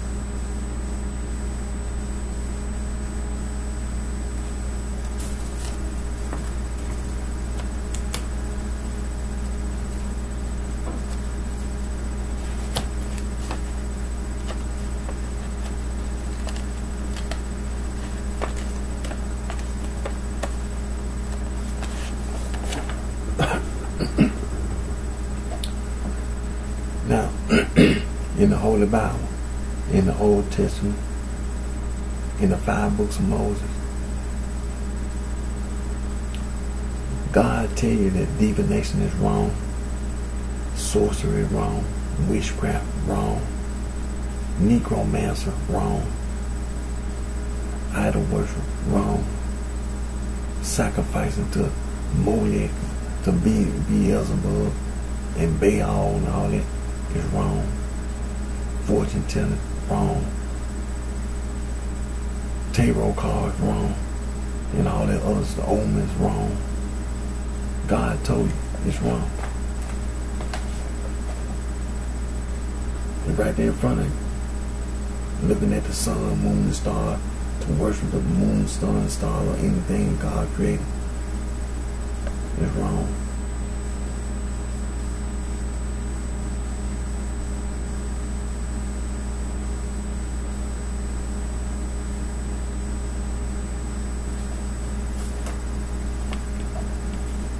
That occult literature wrong. The 10 Commandments is wrong. That occult literature is wrong. I'm finna go there. Holy Bible, consecrated book. Then we're gonna go turn to the Old Testament, 5 books of Moses, the book of Exodus, chapter 20. Now you can read the whole chapter, verses 1 through 23, but the 10 Commandments is verses 1 through 17. And in the 17 verse, God told you 5 times, I am the Lord thy God. That's the reason why it's wrong. God told you, you don't have no choice. You don't have no decision in this matter. It's wrong. That occult literature, making up literature and listening to what man got to say is wrong. You're supposed to listen to God.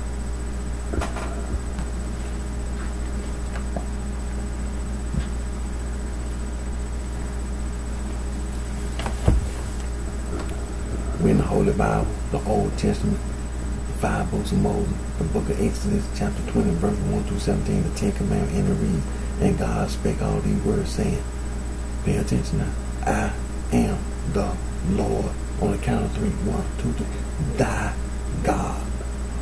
That occult literature is wrong. You listen to God only, which have brought thee out of the land of Egypt, out of the house of bondage. Thou shalt have no other gods before me. Thou shalt not make unto thee any graven image or any likeness or anything that is in heaven above, or that is in the earth beneath, or that is in the water under the earth. Thou shalt not bow down thyself to them nor serve them, for I, the Lord, thy God. That's the 2nd time. Am a jealous God, visiting the iniquity of the fathers upon the children unto the 3rd and 4th generation of them that hate me, and show mercy unto thousands of them that love me and keep my commandments. Thou shalt not take the name of the Lord thy God. That's the 3rd time in vain. For the Lord will not hold him guiltless that taking his name in vain. Remember the Sabbath day to keep it holy. 6 days thou shalt labor and do all thy work. But the 7th day is the Sabbath of the Lord thy God. That's the 4th time. And if thou shalt not do any work, thou nor thy son, nor thy daughter, thy manservant, nor thy maidservant, nor thy cattle, nor thy stranger that is within thy gates. For in 6 days the Lord made heaven and earth, the sea and all that in them is, and rested the 7th day. Wherefore the Lord blessed the Sabbath day and hallowed it. Honor thy father and thy mother, that thy days may be long upon the land which the Lord thy God giveth thee. That's the 5th time. Thou shalt not kill, thou shalt not commit adultery, thou shalt not steal, thou shalt not bear false witness against thy neighbor, thou shalt not covet thy neighbor's house, thou shalt not covet thy neighbor's wife, nor his manservant, nor his maidservant, nor his ox, nor his ass, nor anything that is thy neighbor's. Those 17 verses, God told you that occult literature is wrong. It's wrong. You don't listen to man, you listen to God.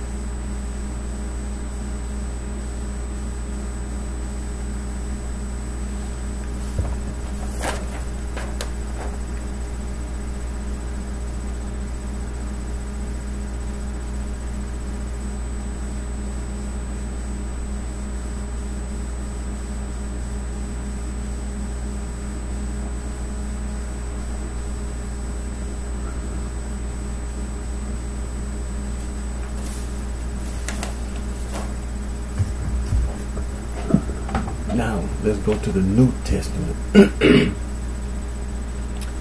to the four Gospels, Matthew, Mark, Luke, and John. And in the New Testament, our Lord and Savior Jesus Christ, the Son of God, he was asked the question, what's the greatest commandment in the law?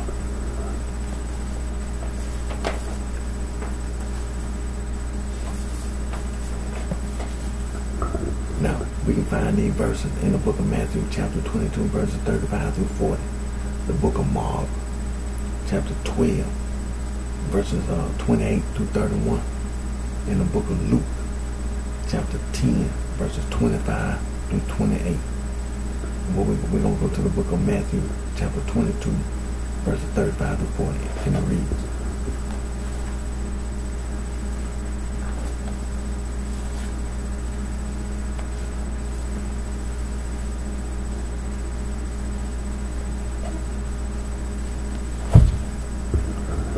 Then one of them, which was a lawyer, asked him a question, tempting him and saying, Master, which is the great commandment in the law?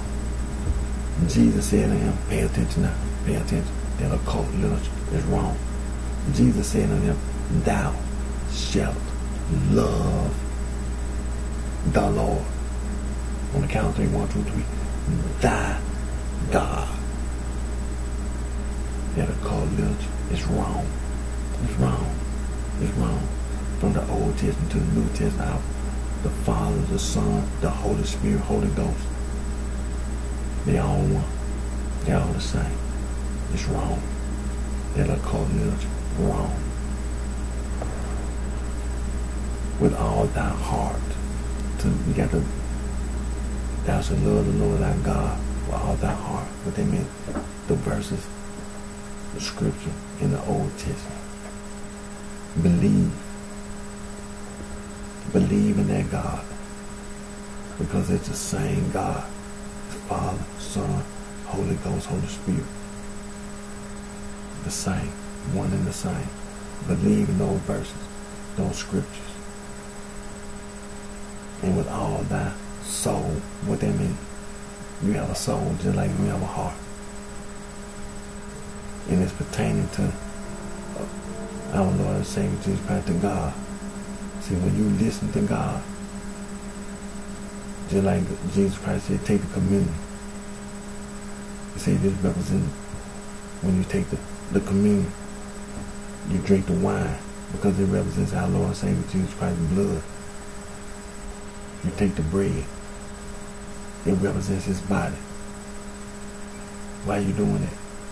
Because Jesus Christ said do that for the remission of sin,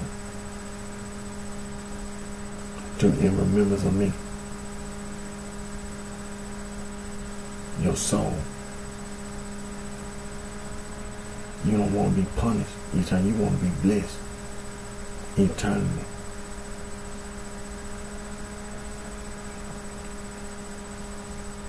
You gotta get baptized. You gotta go down in the water, not get sprinkled. You gotta go down in the water. You gotta go down in the water. You gotta be baptized.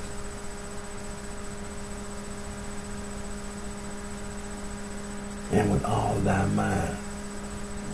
Now what that mean? Well, Your everyday life. Your everyday life. Remember Jesus, our Lord and Savior Jesus Christ, Son of God. The Holy Ghost is always there.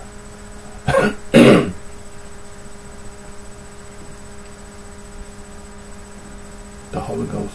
Excuse me. The Comforter. Jesus said in His Word, I will send the Comforter. Always there. Ever present. So remember the Lord in your everyday life. Sleep, whether you're sleeping, going back to your everyday life. When you were down at the casino, excuse me, when you was at the casino, at the blackjack table, when you was at the casino, at the crap table, throwing them dice. See, they get free drinks at the casino, as long as you gamble. At the slot machine, nickel slot machine, penny slots, dollar slots, at the slot machine. Remember Jesus. Now you ain't got no money to put in the collection plate. I ain't put no money in the collection plate. No, the guys back there, they,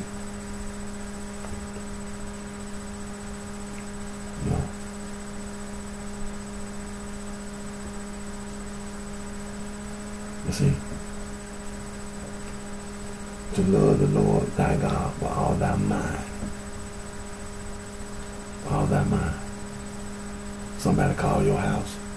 You're the wrong number. What they do that for? Boy. Boy, you're a very upset, angry person. Somebody called the wrong number. And you just let them have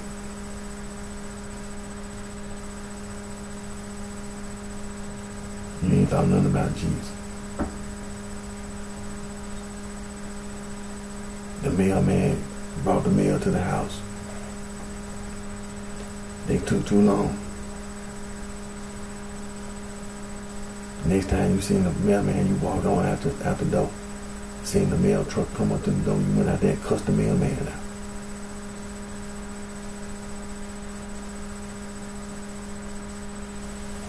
See, these are things you can't even be on your job. You got upset on the job. So you got to remember Jesus. You got to love the Lord thy God with all thy mind. And then what else? He's saying this is the first and great commandment.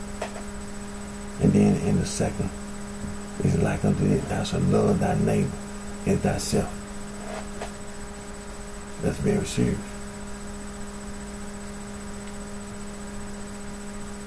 You have to love thy neighbor as thou love thyself. Just like I brought it up yesterday, saying Christian. You going around calling yourself and then calling other people Christian because that's the way you was taught. People taught you like it was right. It's wrong. It's wrong to call yourself Christian. It's wrong to refer to address other people and label them a Christian. It's wrong. It's wrong. See, that what the occultists did in the past.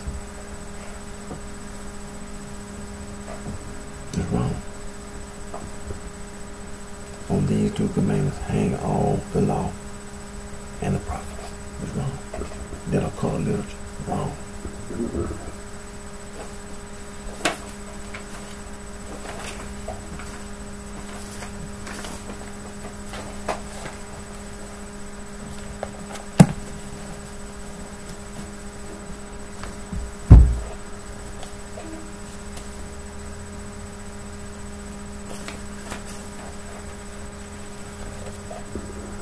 And see, these verses right here, telling you the same thing that that occult literature is wrong. They're telling you it's wrong.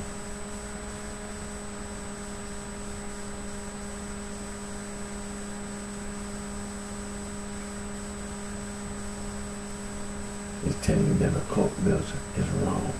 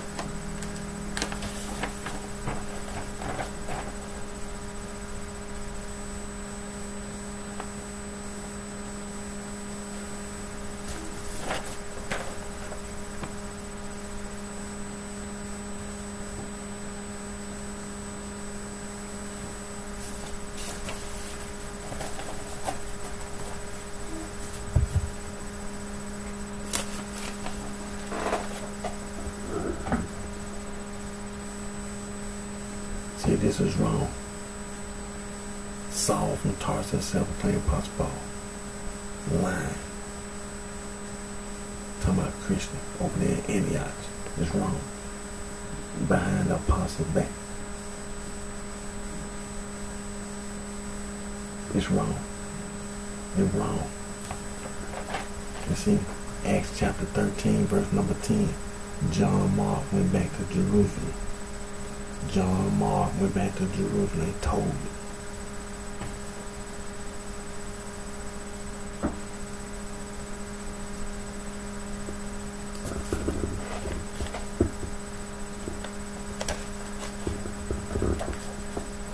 And as a result, Acts chapter 15, verse number 2, Saul and Barnabas got called back to Jerusalem. But see, it wasn't Barnabas, it was Saul. But Barnabas was in Antioch.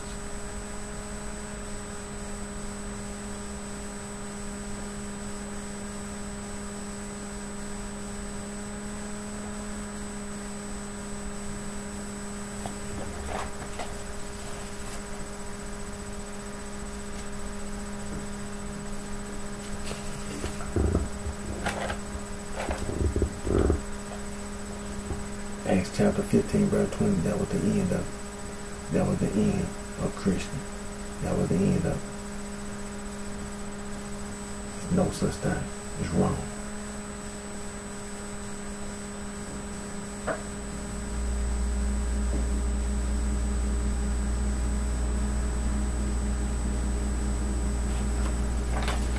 It's wrong.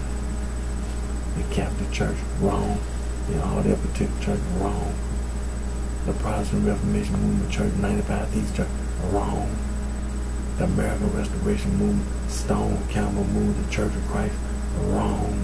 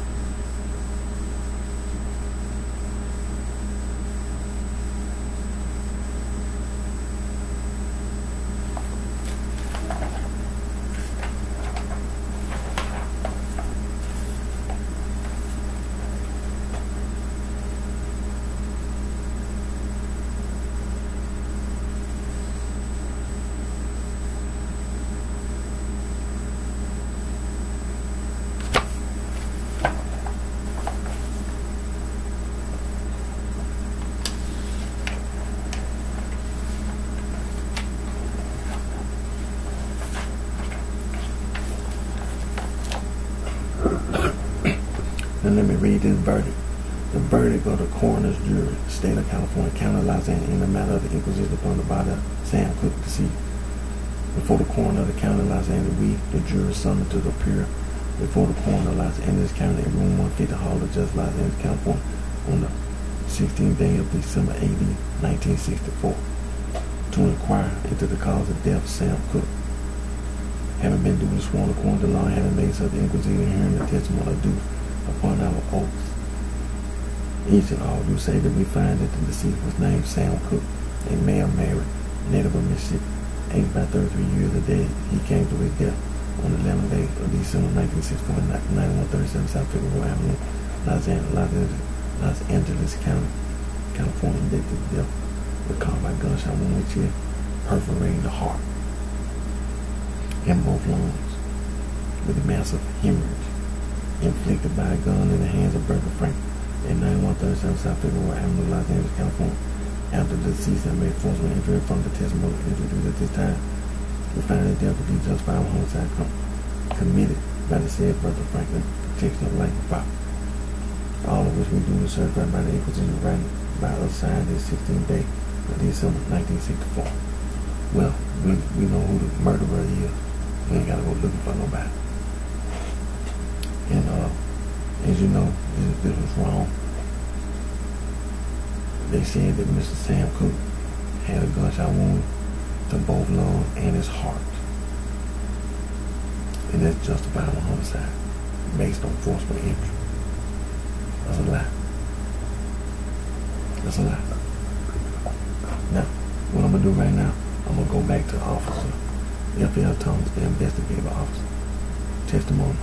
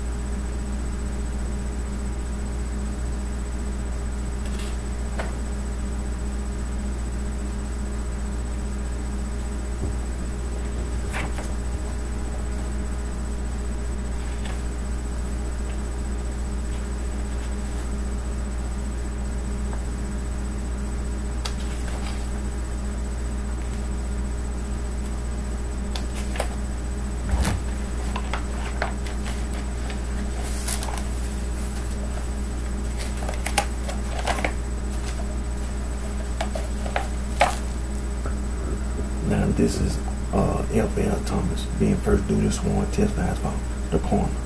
Now, Mr. Thomas being questioned by the coroner.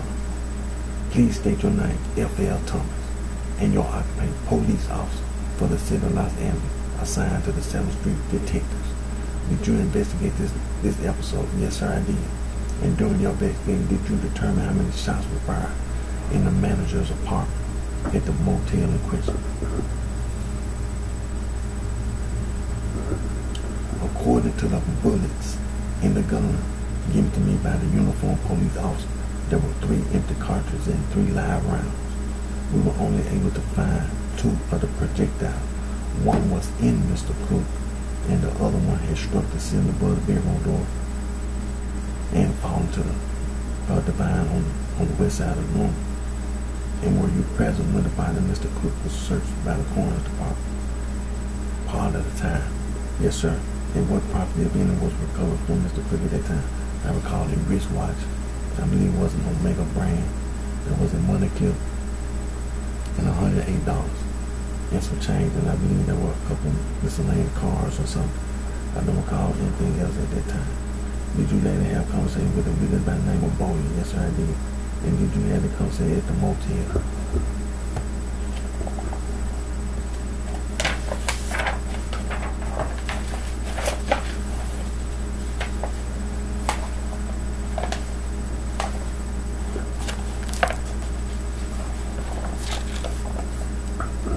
Or at the police building? This was held at the 77th Street Police Station shortly after. You heard Ms. Bowie's testimony at this inquest. Did she tell you substantially the same that she has testified to? Yes, sir. And did you or your fellow officers later recover the rest of Mr. Cook's clothes? Yes, sir. And where were their clothes removed, recovered?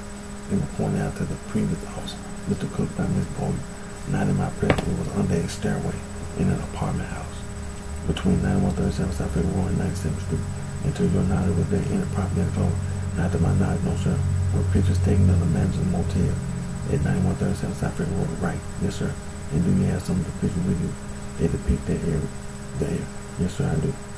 Would you please describe the pictures for the benefit of the record and pass the same to me? I don't know. So there were pictures taken of the manager's motel apartment.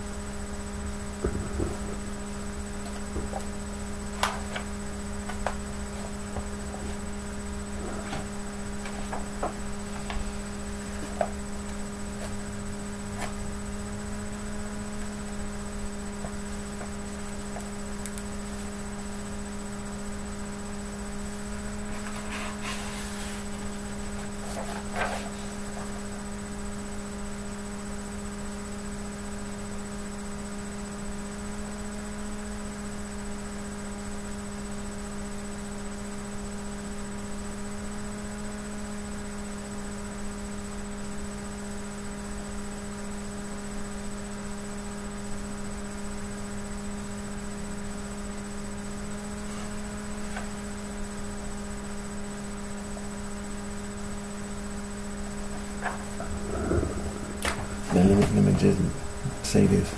Now, in those 4 pictures, in those 7 pictures, there was 7 pictures. Number 5 is the picture that Mr. Sam Cook's body was pictured, in picture number 5.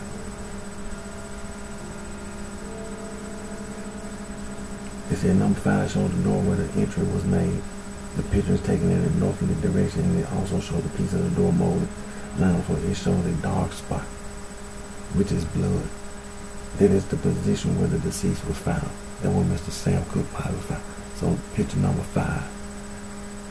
And it showed the telephone mentioned in the previous testimony that this. The part shown is where Mr. Cook's back was leaning against at the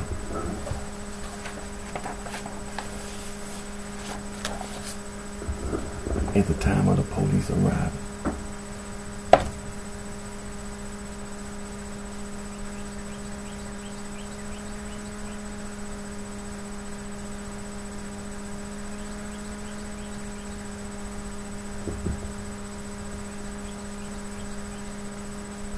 They said, well, Mr. Cook was now dead at the scene just prior to my arrival. And then the coroner going to ask him on the witness stand what penal code section refers to an episode such as this, 197. Could you read that section or subject? Yes, 197 of the penal code is entitled justifiable homicide by other persons. Homicide is also justified when committed by any person in either of the following cases. Number 1, when resisting any attempt to murder any person or to commit a felony or to do some great bodily injury upon any person, or when committed in defense of habitation, property, or person against one who manifestly intends or endeavors by violence or surprise to commit a felony, or against one who manifestly intends or endeavors in a violent, riotous, or tumultuous manner to enter the habitation of another for the purpose of offering violence to any person therein. Is there any additional information?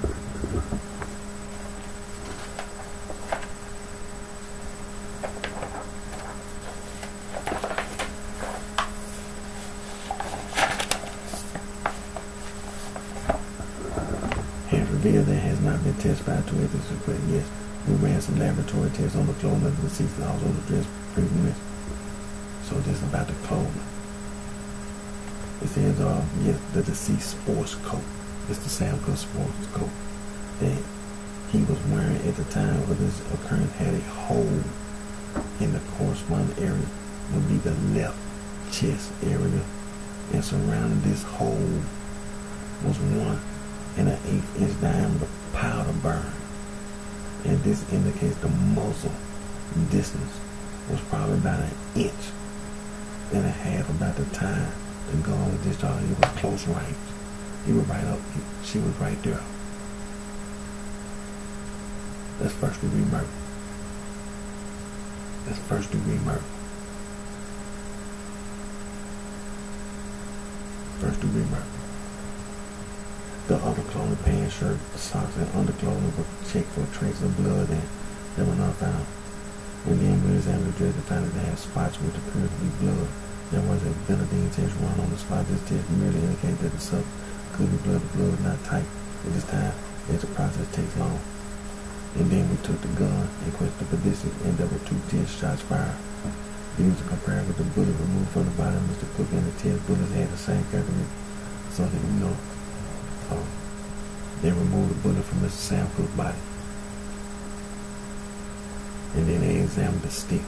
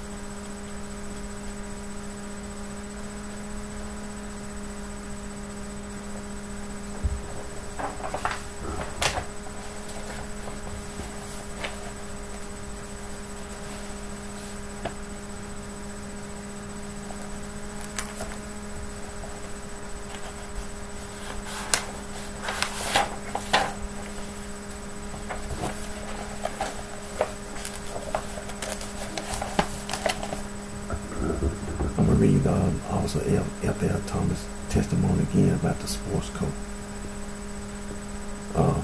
The deceased sports coat that he was wearing at the time of this occurrence had a hole in the corresponding area, would be the left chest area, and surrounding this hole was 1.1/8" diameter powder burn, and this indicates the muzzle distance was probably about 1.5" about the time the gun was discharged.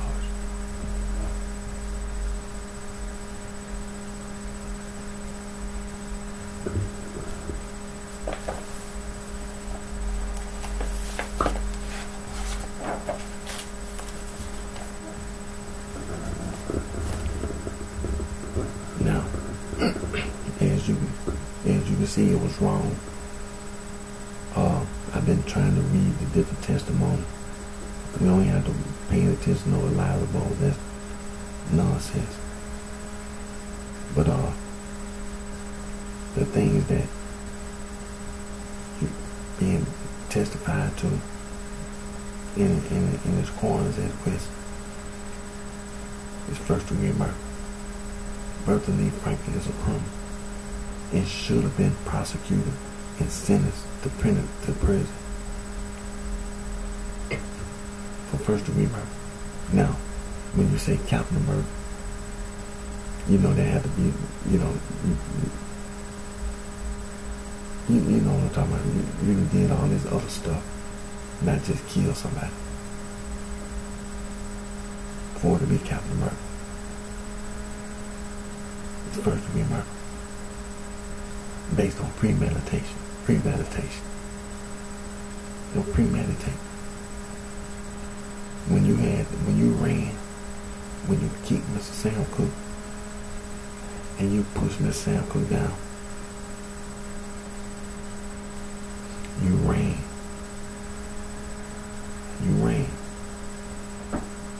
And then you grabbed a gun. See, you already knew in your apartment. This happened in the manager's apartment. You knew you had a gun in it because you said it yourself. You've been held up, so I kept a gun. So you knew you had a gun. That's premeditated. That's premeditated murder. Now, like I said, when you say capital murder, that extra stuff that you did before and even after Mr. Sam Cooke, you know, capital murder. You tied Mr. Sam Cooke up. Then you shot him. You know, the extra stuff you do, people do. Capital murder. But then you try to prove that in the court of law, first degree murder. Civil court, criminal court, same thing. Any and everything got to be proved. Like it says in the, you know, you innocent to prove the guilt. You innocent to prove it, no matter what it is. You innocent to prove it. First degree murder. Simple, straight to the point. First degree murder. Ain't that what your ass gonna be convicted of? First degree murder. Premeditate. Mr. Sam Cooke got a gunshot wound from the left. Hit both lungs and his heart. He died. And at that close range, you ran and grabbed a gun. Mr. Sam Cooke was still down on the ground. Now they asked Mr. F.L. Thomas, the coroner asked, could you tell whether Mr. Sam Cooke was standing or was he sitting or what position he was in? He said he couldn't. Being honest, the angle of the gun, the entry of it was on the side. From the left side, you can't hit both lungs from the front with one bullet and the heart. So the Sam Cooke was shot from the left side, on his left side. In close range. Now, if you shoot somebody at close range, Mr. Sam Cooke had to been standing on his feet.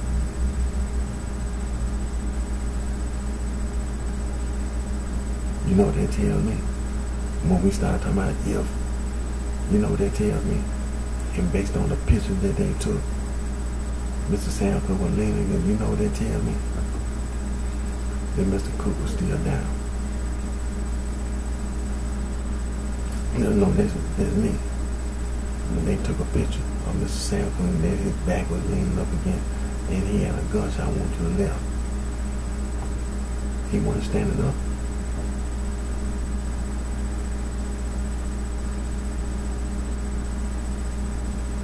Because see, she claimed that Mr. Sam Cooke was still trying to attack me. Now you know, use your common sense. If you was trying to attack somebody, you be all over the place. There'd be blood spots everywhere. Because when you get a gunshot wound, blood starts dripping. They ain't find blood all over the place. No, you have to start using your common sense. You got a gunshot wound, blood gonna start dripping all over the place. Mr. Sam Cooke was staggering. You know, she claimed that Mr. Sam Cooke, after he got shot, he still was trying to attack me. So I picked up a stick and hit him in the head. Well, use your common sense. If Mr. Sam Cooke was still trying to attack you with a gunshot wound, he'd been bleeding all over the place. He'd been bleeding all over the place. That ain't what the police found. Police didn't find blood spots. So you had to use your common sense. He got a gunshot wound. And they bleed. Then you claim he said, lady shot me. Then you claim he kept coming in. So I put the gun down. After I put the gun down, I picked up the street. Use your common sense. The man got a gunshot wound to both lung and his heart. If he had been trying to continue to attack Bertha Frank, don't you think they'll find blood spots? You know what that tells me? When I know that Mr. Sam Cook got shot in the left chest, they tell me Mr. Sam Cook was down. He was down. He was down. He had to be down. Because you had to be standing on your feet, it'll show. If you get shot and you standing up, that type of gunshot wound, and then you fall down, it'll show. It'll show. So he had been down. He still was down. She pushed him down. He was still down. She ran and grabbed the gun. First degree murder. First degree murder. Tell you like this, the Bobby Chemical, you got nothing to worry about. You got nothing to worry about. The first degree murder. First degree murder. You owe me Bobby Chemical and saw a rep of a lot of money. A lot of money. Straight to the point. You can't get away with doing nothing like that.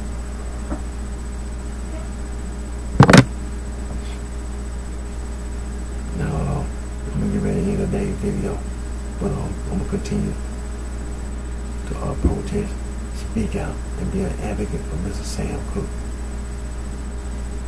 There's going to be justice in the courtroom for Mr. Sam Cook. That's a guarantee.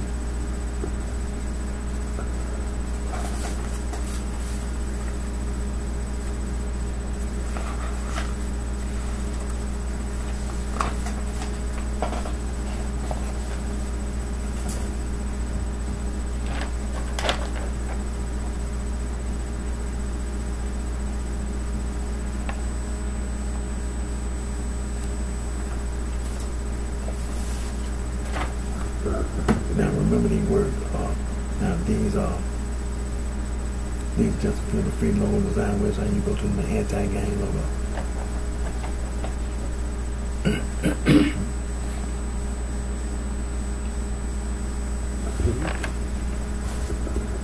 Now, the United States Department of Justice and all their offices and agencies, they say anti-gang. The East Coast Beach, the sorority and fraternity, they be using that occult literature to claim the whole damn East Coast of the United States of America, from the state of Maine all the way down to the state of Florida. Ain't no such thing. The sorority and fraternity, just because you went to college, all those men and women that work at the Bureau of Justice Assistance,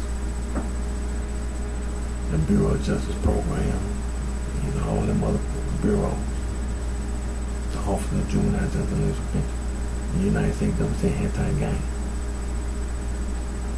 The Justice Department say anti-gang. They got way more education you got than the alumni. In the United Nations, same thing, they got way more education, because that's all the people on earth. They got way more education than the sorority fraternity, the alumni. You got way more education than you got. And then you be lying. You be lying. The sorority fraternity, the alumni, you be lying. The Catholic Church, all the other church lying. The Protestant Reformation Movement, Church 95, they lying. The American Restoration Movement, Stone County Movement, Church Christ, lying.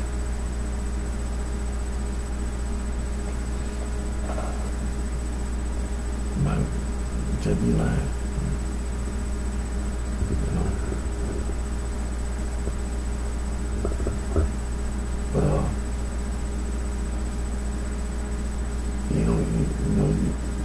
get away with. When I go to work at the warehouse, you know, there be people riding around in trucks. I guess they think they be getting away. I don't know.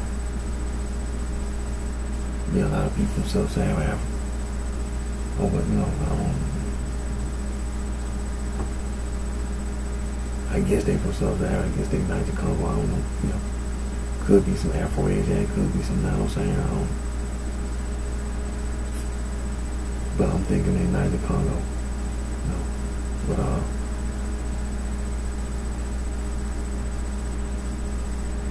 that's me why I'm doing background check on people in the past and the present. And then that's all this to it.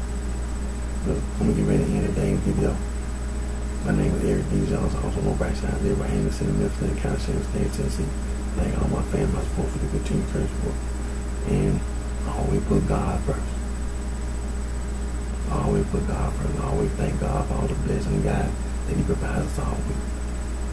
And keep Miss Barbara Campbell Cook and all of Mr. Sam Cook's family and friends in your thoughts and prayers. Because what happened in 1964 was wrong. The Mr. Sam Cook murder, it was wrong. It was wrong. And we have a courtroom and there's a legal remedy to address the wrong that was done in 1964. And it's still being wrong. It's wrong. It's wrong.